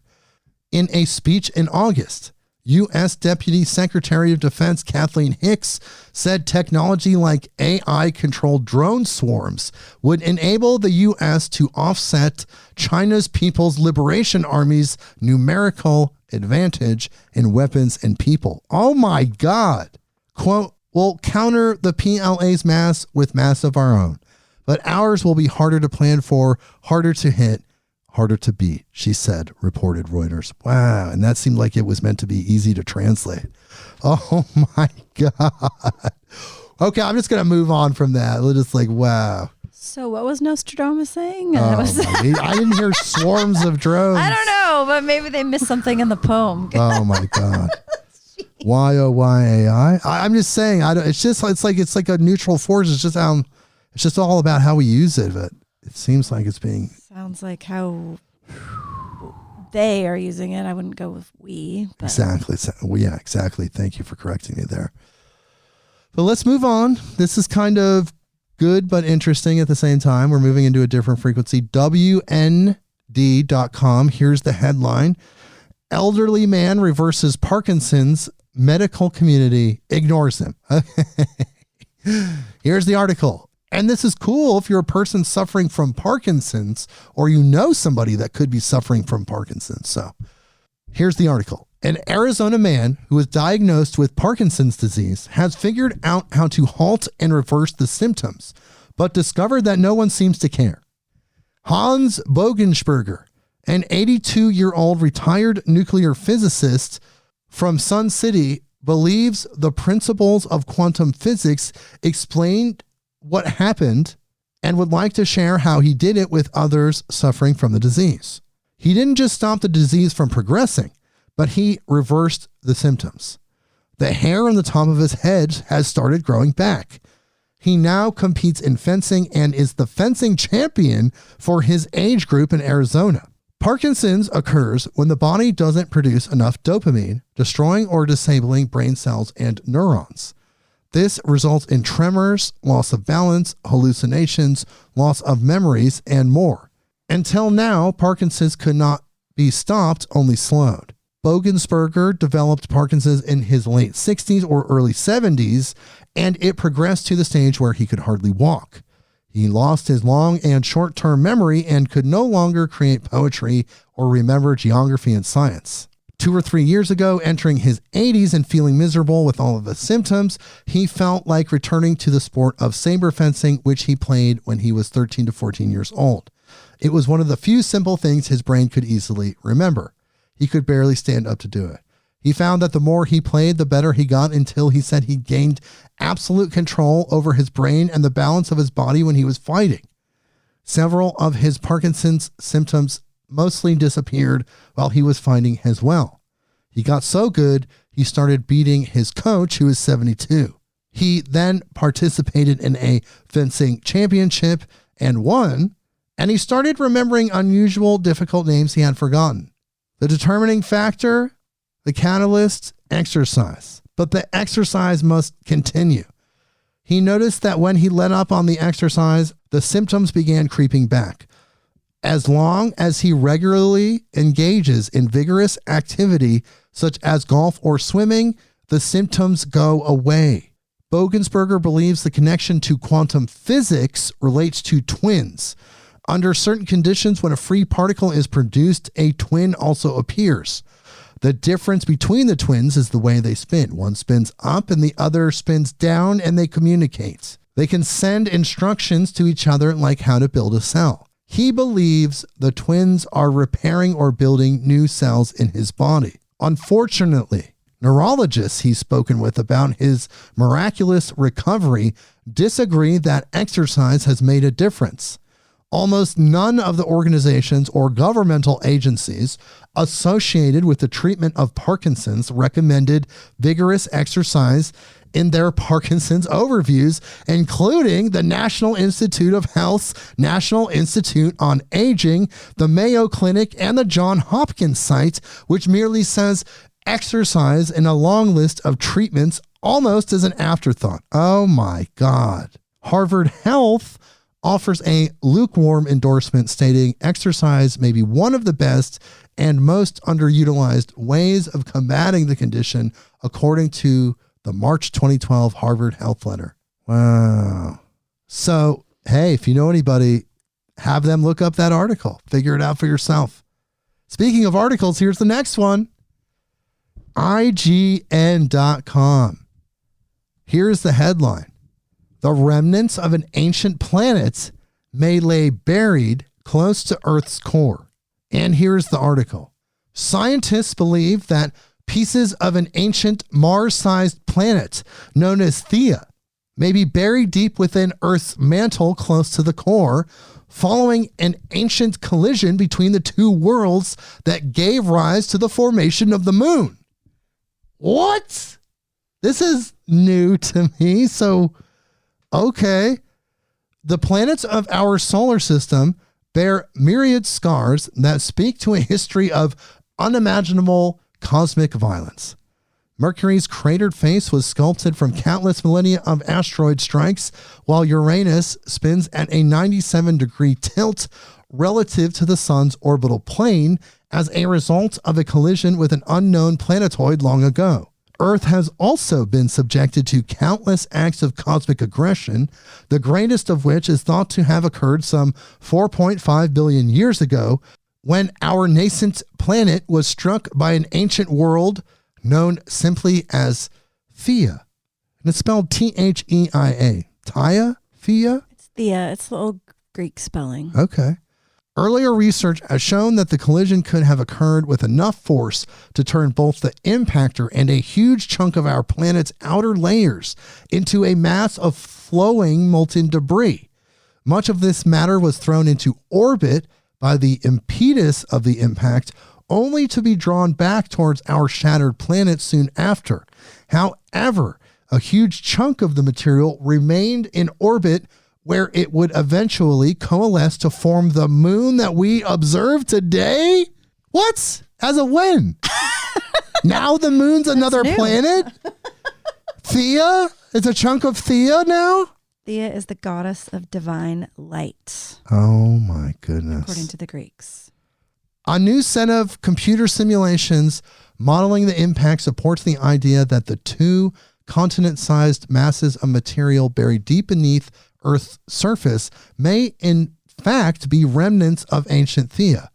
The blobs, which are located under modern-day Africa in the Pacific Ocean, were first discovered in the 1980s and were dubbed large low-velocity provinces, owing to the fact that seismic waves were observed to travel slower as they passed through the strange masses. This in turn suggested that these pockets may have a different composition and a higher density than the surrounding matter that makes up the bulk of the Earth's mantle, which is the section between our planet's upper core and its lower crust. According to the findings of the new study, which was led by scientists from the California Institute of Technology and published in the journal Nature, Thea may have struck Earth with enough force to fully melt the upper portion of Earth's mantle while leaving the lower half of our planet largely solid. During this chaotic process, Earth could have acquired around 10% of Thea's mass, which would account for the enormous size of the strange deposits detected in Earth's mantle in the present day. Whoa, people. Oh my God. Okay. I'm just trying to process that one. So the moon now, all right, everybody, let's just adjust our paradigms, our algorithms, our programming. The moon is now the planet Thea, and Thea smashed into Earth.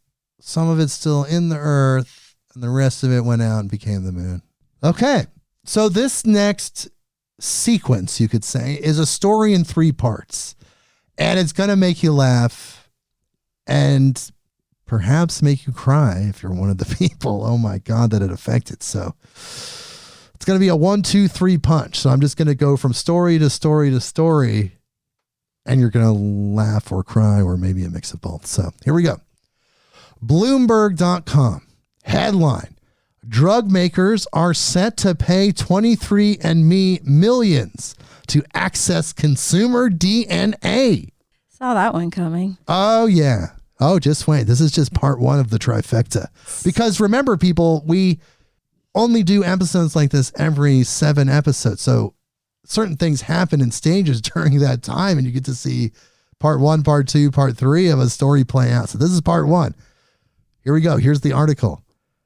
GSK PLC will pay 23andMe holding company $20 million for access to the genetic testing company's vast trove of consumer DNA data, extending a 5-year collaboration that's allowed the drug maker to mine genetic data as it researches new medications. Under the new agreement, 23andMe will provide GSK with 1 year of access to anonymized DNA data from the approximately 80% of gene testing customers who have agreed to share their information for research, 23andMe said in a statement Monday, which was in the past, of course. The genetic testing company will also provide data analysis services to GSK. 23andMe is best known for their DNA testing kits. Oh my God, yes, 23andMe. Now, part 1. Ready for part 2? Part 2, Fortune.com. Headline: hacker stole data of 6.9 million 23andMe customers and then put it up for sale online. Which then those same companies bought, right? Look, this is part 2. Here's the article. Some 6.9 million 23andMe customers had their data compromised after an anonymous hacker accessed user profiles and posted them for sale on the internet earlier this year, the company said on Monday. The compromised data included users' ancestry information, as well as, for some users, health-related information based on their genetic profiles, the company said in an email. Privacy advocates have long warned that sharing DNA with testing companies like 23andMe and Ancestry makes consumers vulnerable to the exposure of sensitive genetic information that can reveal health risks of individuals and those who are related to them. In the case of the 23andMe breach, the hacker only directly accessed about 14,000 of 23andMe's 14 million customers, or about 0.1%. But on 23andMe, many users choose to share information with people they're genetically related to, which can include distant cousins they have never met, in addition to direct family members, in order to learn more about their own genetics and build out their family trees. So, through those 14,000 accounts, the hacker was able to access information about millions more. A much smaller subset of customers had health data accessed. The hacker appeared to use what's known as credential stuffing to access customer accounts, logging into individual 23andMe accounts by using passwords that had been recycled and used for other websites that were previously hacked. The company said there was no evidence of a breach within its own systems. Since the hack, the company announced that it will require two-factor authentication in order to protect against credential stuffing attacks on the site. It has said it expects to incur $1 million to $2 million in costs related to the breach. Don't give out your DNA ever, people. If you want to know your genetic history, ask your family members. If you don't have any blood family members to talk to, just realize you're part of the human race and we love you. Here's part 3. ArsTechnica.com. Headline: After hack, 23andMe gives users 30 days to opt out of class action waiver. Anyone who fails to opt out, quote, will be deemed to have agreed to the new terms. Oh my God. Here's the article, part 3. Shortly after 23andMe confirmed that hackers stole ancestry data of 6.9 million users, 23andMe has updated its terms of service, seemingly cutting off a path previously granted to users seeking public accountability when resolving disputes. According to a post on Hacker News, the 23andMe team notified users in an email that important updates were made to the dispute resolution and arbitration section of 23andMe's terms of service on November 30th. This was done, 23andMe told users, to include procedures that will encourage a prompt resolution of any disputes and to streamline arbitration proceedings where multiple similar claims are filed. In the email, 23andMe told users that they had 30 days to notify the ancestry site that they disagree with the new terms. Oh my God, people. Obviously, they're covering up for what's coming. So if you did send your DNA to 23andMe, if you made that choice and it's too late now, it's fine. You did it. You got your data stolen. Sue them. Do not opt out of this. So 30 days means December 30th? I think I heard you say November 30th. Correct. You have until December 30th. I'm releasing this December 15th, 2023. So, okay, moving on. That was an interesting little trilogy there. This is from newatlas.com. Here's the headline: DARPA program breakthrough promises more practical quantum computers. And here is the article. A DARPA program is claiming a major breakthrough in quantum computing.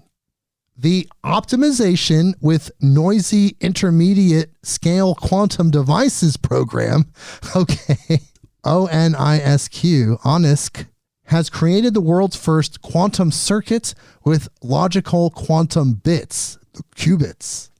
Wow, this is getting crazy, people. Based on concepts that almost seem like magic or lunacy, quantum computing has the potential to revolutionize computers as we know them. By exploiting quantum effects and some relatively complex mathematics, quantum computing could speed up information processing by several orders of magnitude over classical computing and push the frontiers of artificial intelligence, biochemistry, cryptography, and many more fields. That's all very impressive, but it all stumbles at the gate because getting quantum computing beyond the experimental phase has proven rather difficult. Part of the reason is that quantum computing has a very high error rate, which isn't surprising when the principle is based on the fact that instead of the binary of ones and zeros of classical computing, something can be 1 or 0 or both at the same time. The trick is to find a way to turn these error-prone or noisy processors into something more practical by combining them with classical systems. In the case of DARPA, this involved focusing on solving optimization problems of the kind that occur in defense and industry by developing logical qubits, which are a higher level abstraction that act like quantum algorithms and are based on Rydberg qubits that are physical components that act like a two-state quantum system. Rydberg qubits, they're different, have the beneficial characteristic of being homogeneous in their properties, meaning each qubit is indistinguishable from the next in how they behave, said Dr. Mukund Vengalatore, ONISC program manager and DARPA's Defense Science Office manager. Wow. Okay, just, quantum breakthroughs happening all the time. Did I say new quantum breakthroughs? How about another one? Pretty sure you did. Was I talking? Yes, let's do it again. Here we go. Interestingengineering.com. Should we go quantum, Brynn? Let's go quantum, Jake. Okay, here we go. One more time, I think, or maybe there's more. Here is the headline. New quantum batteries charging break time and causality rules, say study. Okay, now we have quantum batteries. Quantum batteries. Okay, here's the article. The power grid of tomorrow might hum to the tune of the subatomic, and the University of Tokyo researchers are leading the charge. Quantum physics, the science of the very small, often challenges our common sense and intuition, but it also offers new possibilities for technological innovations that go beyond the limits of classical physics. One of these possibilities is the quantum battery, which uses quantum phenomena to store, transfer, and deliver energy more effectively than conventional batteries. Quantum batteries? What? Quantum batteries are not yet ready for commercial use. Still, they can revolutionize fields that require low power and portable energy sources, such as smart devices, sensors, and even electric vehicles. Okay. This is the evolution of this. Okay. So the phones will never die because they're getting infinite energy from the quantum field. Electric vehicles will never die because nobody predicted quantum engines. You think about science fiction, hydrogen engines, black holes, Back to the Future, they're just putting trash and it's turning into like nuclear fission. Quantum batteries. Whoa. Okay. Hopefully it won't be made out of rare earth minerals and toxic waste and all that other stuff, maybe. They could be made out of nothing. They just don't even exist. It's a potential engine. Exactly. Oh my Do you want to check out my potential engine? Okay, the article continues. Unlike chemical batteries that rely on materials like lithium, quantum batteries use tiny particles such as atoms or photons to store energy in their quantum states. That's not a joke. Oh, there you go. Researchers from the University of Tokyo and Beijing Computational Science Research Center have made a breakthrough in the design and operation of quantum batteries by exploiting a quantum effect that defies the usual notion of time and causality. Their findings, published in Physical Review Letters, bring us closer to realizing practical quantum batteries.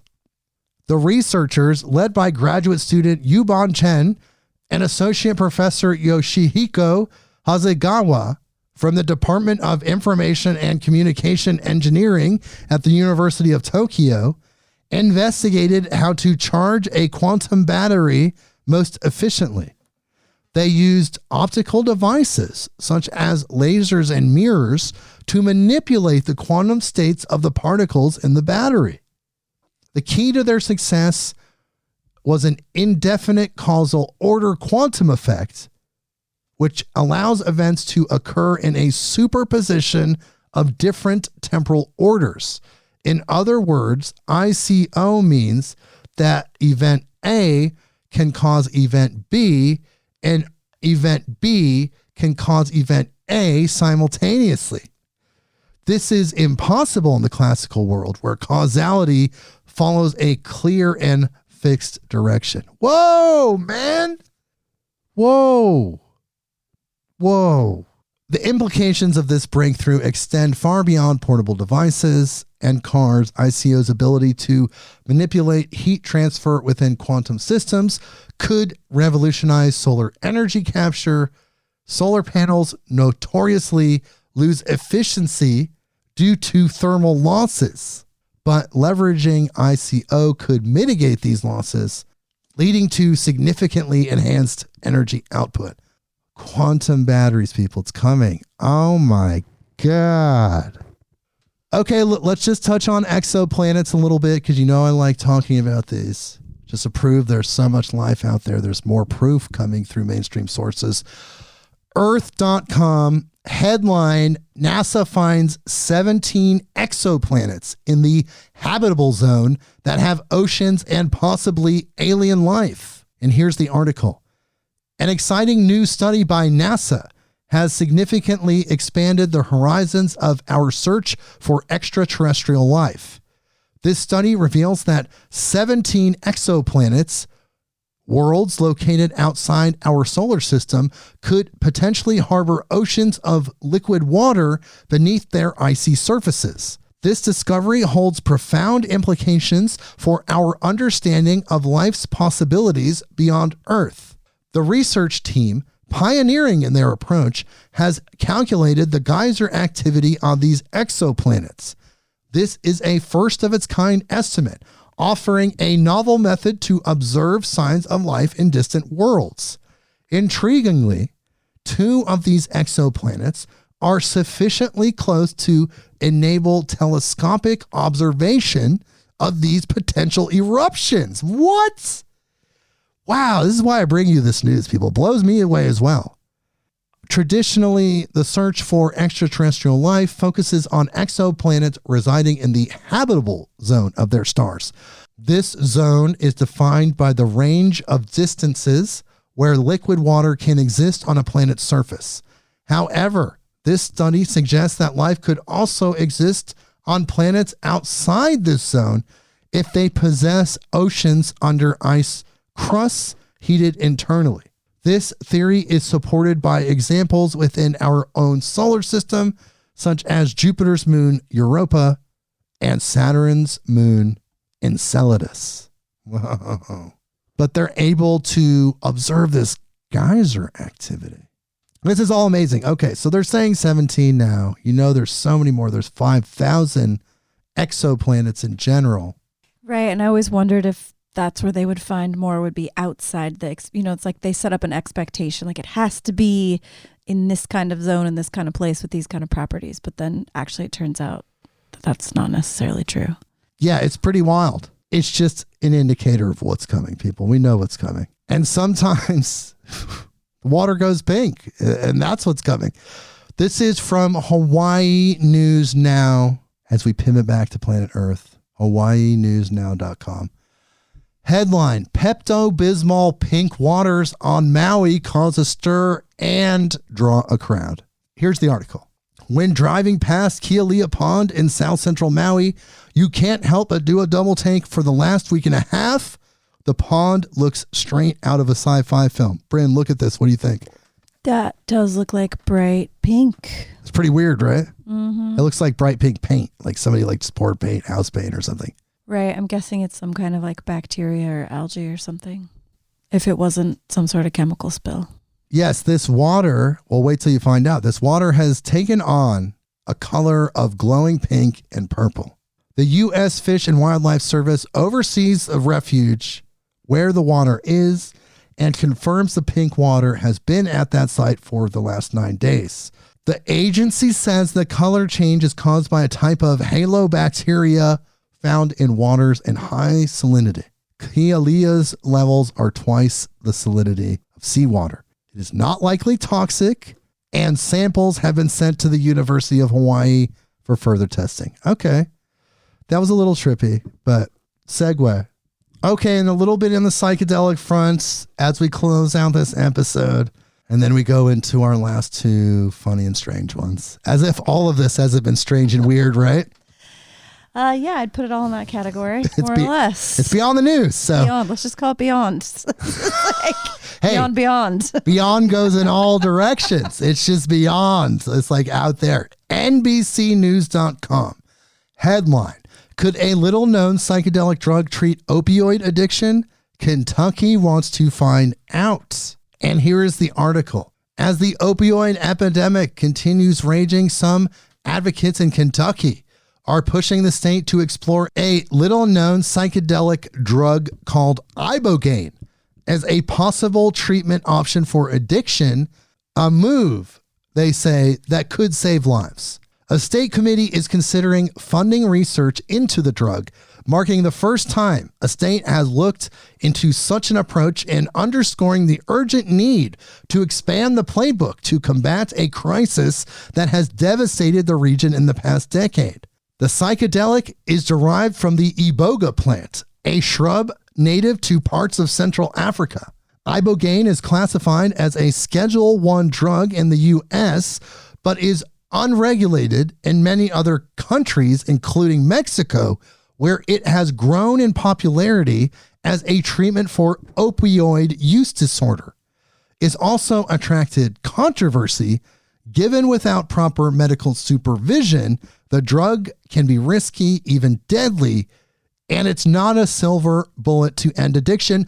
As you just learned from last week's episode with Evan Burton, his brother was struggling with that, tried the ibogaine, it worked, he relapsed until he tried the real iboga plant. And if you listen to the episode, you know what happened there.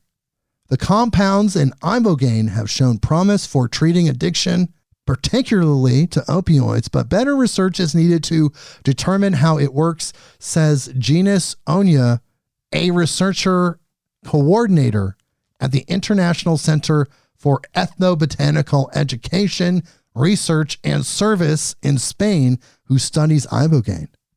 The Kentucky Opioid Abatement Advisory Commission plans to vote on whether to allow the state to start funding that research.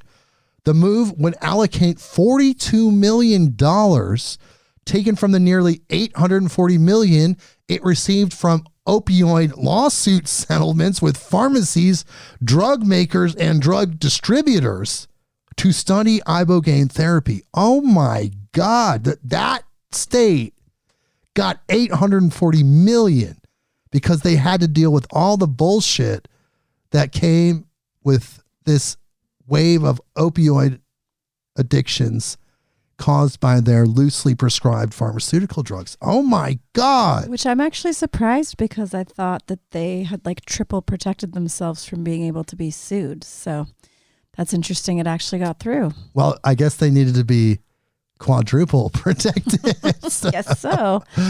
Okay, well. That is interesting. And yeah, people should listen to that episode with Evan to learn more about the plant medicine itself, because I mean, that's, you know, like with a lot of plant medicines, they isolate one aspect of it, but that's not actually the whole medicine. It takes the plant spirit out, as Evan said. Absolutely. Check out that episode. It's mind-blowing. It's literally last week's episode. Of course, we love Evan Burton of Indubious. So incredible human being. Now, this is from the WashingtonPost.com. Here is the headline. FDA to review MDMA-assisted therapy, a milestone for psychedelics. And here's the article. MAPS Public Benefit Corporation filed an application on Tuesday with the U.S. FDA to approve the psychedelic drug MDMA, also known as ecstasy, in combination with therapy to treat post-traumatic stress disorder in what would be the first treatment of its kind. The filing is a milestone in researchers' quest to move psychedelic drugs from tightly restricted substances into mainstream medical treatments that are widely accessible to patients. It comes after decades of studies have demonstrated the promise of psychedelics, including psilocybin or magic mushrooms and ketamine, to treat mental health disorders. Quote, if approved, MDMA-assisted therapy would be the first psychedelic-assisted therapy, which we hope will drive additional investment into new research in mental health, Amy Emerson, chief executive of MAPS, said in a statement. MAPS is seeking a priority review from the FDA that could yield a determination within 6 months. Wow. And yes, I've have a guest coming up where he wrote a book about that. We're going to be talking about that's actually, I guess it has to be next week's episode.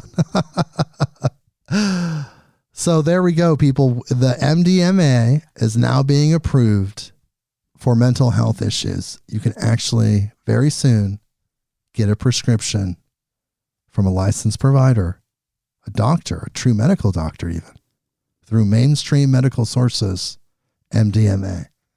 And you know it's going to be the best, highest quality MDMA you've ever had in your life, people. Buckle up, right? What do you think about that, Brynn? I think it's good to know that it won't be fentanyl. Absolutely. Or anything else. Bath salts. That was before fentanyl, yeah, right? bath salts. That's right. Yeah, fentanyl kind of nuked bath salts. Right. Like what? Now people are hoping it's just bath salts. Wow. Well, thank God it wasn't. I got bath salts. Okay. Well, at least you didn't have this happening. News.yahoo.com. I don't know how you wouldn't notice this, but here's the headline. Vietnamese man experiencing severe headaches for 5 months discovers chopsticks in his brain. That happened to me once. Just kidding. I was going to say, like, you don't seem like you have chopsticks in your brain, but hey, maybe it didn't hit any intellectual pathways. Here we go. Here's the article. And it's actually our second to last article, people. So here we go. A 35-year-old man in Vietnam who experienced severe headaches for 5 months was shocked to discover a pair of chopsticks lodged in his skull. The shocking discovery, on November 25th, the man sought medical help at the Cuba Friendship Hospital in Dong Hoi, where he complained of severe headaches along with fluid discharge and memory loss. CT scans revealed tension pneumoencephalus, a very rare and potentially life-threatening condition causing increased intracranial pressure. Doctors, led by Dr. Nguyen Van Man, found that the source of the issue was a pair of chopsticks that had penetrated his nose and entered his brain. The unnamed patient recalled being involved in a fight 5 months earlier when he was drinking. Although his memory was hazy, he vaguely remembered being stabbed in the face, possibly with the chopsticks. But when he visited the hospital after the altercation, medical professionals found no chopsticks or irregularities in his nose. Well, I don't know about those doctors. Don't go to that one. Don't go to those doctors. Regardless, the patient suspected that the utensils were lodged in his nose during the fight and had remained undiscovered in his skull. Fortunately, doctors successfully removed the chopsticks through endoscopic surgery and sealed a fistula in his brain. The patient is reportedly in stable condition, awaiting discharge from the hospital. Oh my God. Some serious drinking when you don't remember if you actually got chopsticks shoved up your nose or not. I think I did. Some good anesthetic, I suppose. Or good sake, or what were they drinking? I don't know. And this final one is a heartwarming story. And we always like to leave it on a positive note.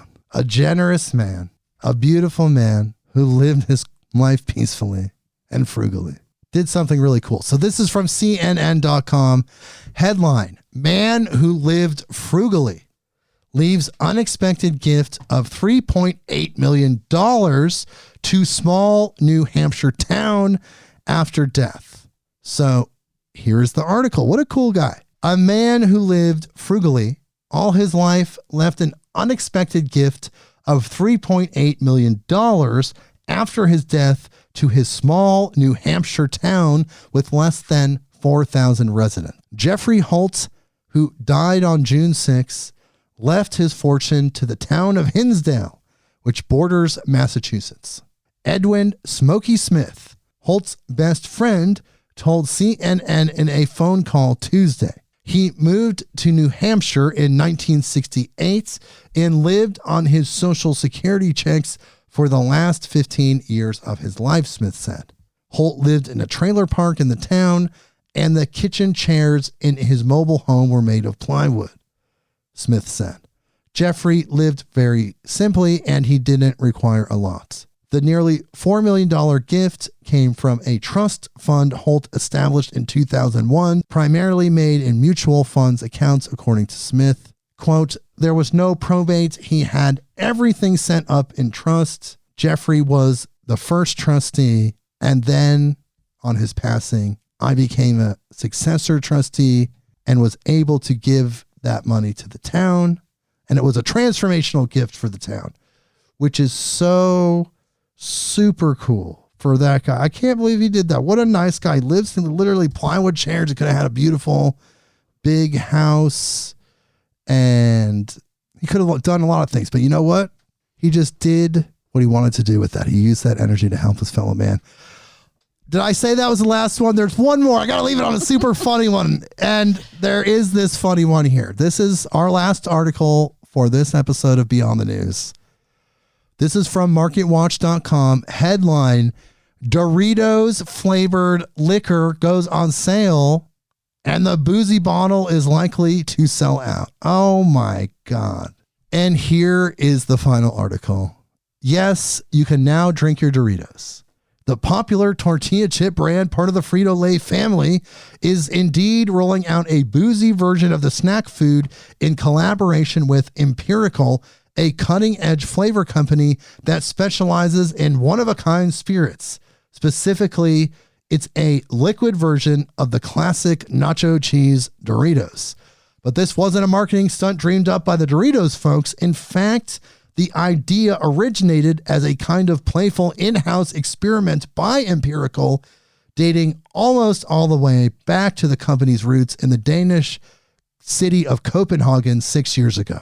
As Empirical co-founder Lars Williams explains that he and his team were toying with what kinds of sips they could make with their newly acquired equipment when he spotted a bag of Doritos that one employee had lying around. He said, I'm going to take your Doritos and distill them. Okay. And he was able to get Doritos to engage in a partnership. And now they have Doritos that you can drink. Wow. Hard liquor Doritos. I could see some kind of spicy, I don't know, there's definitely spicy spirits, or it makes me think of even fire cider, but the cheese part, I don't know. You ever think of like cheese in any kind of drink? Really? Fermented dairy. I'm kind of, it's usually like buttermilk and pancakes. That's about where it ends. Well, speaking of where it ends, this is the end of our episode. So, wow, what a trip, huh, guys? That was incredible, weird. Whoa, what is going on? Quantum computing, AI explosion, so many things. What else did we cover? After School Satan Club? After School Satan Club, floating oceans and space, cleaning the air, losing your data to 23andMe. I can't believe you gave them the data. What were you thinking, people that did that? Earth swallowing another planet and having a baby called the moon. Oh my God, the moon is Thea. Okay, so if we can leave this episode with anything huge, it's like dolphins have thumbs. We know how to talk to sperm whales, and the moon is Thea, and part of the moon is in the Earth now. So there you go, people. An incredible episode of Beyond the News. I love doing this. Brynn, thank you so much for being here, for checking this out. What did you think? Isn't this mind-blowing that you don't hear about any of this? That was what, like 30 articles? You don't. And you haven't, did you know any of that? No, there's a couple that I'd heard reference to, or maybe something, but no, had not seen that specific article. And it's all interesting because, like you said, it's all mainstream news. It's on CNN.com, people.com. Like, it's on sources that are like sitting at a newsstand in an airport, like, you know, whatever. It's all there for people to find it. Yes. And it's just all, if you go to page 30 or whatever. And it's all, you're saying it's all real. It's all there, but just not in the main discourse. Right. It's in mainstream news, but it's not being talked about. It's not, it's, you still obviously had to dig for it a little bit. Well, dig we did and dig we dug. And what an episode we had. Thank you again for being here, Brynn. Vital Force Herbs, VITAL, vitalforceherbs.com is her website. She has amazing products. You can check that out. there at that website. And I talked about Gail and the harmonic egg at the beginning, harmonicegg.com. I highly recommend that. I can't believe how amazing that was. Check out the video on YouTube. And we will see you next week. Do you want to say it this time? Midnight on Earth. Yeah, there you go, people. Maybe we should do it together. Ready? 1, 2, 3. Midnight on Earth.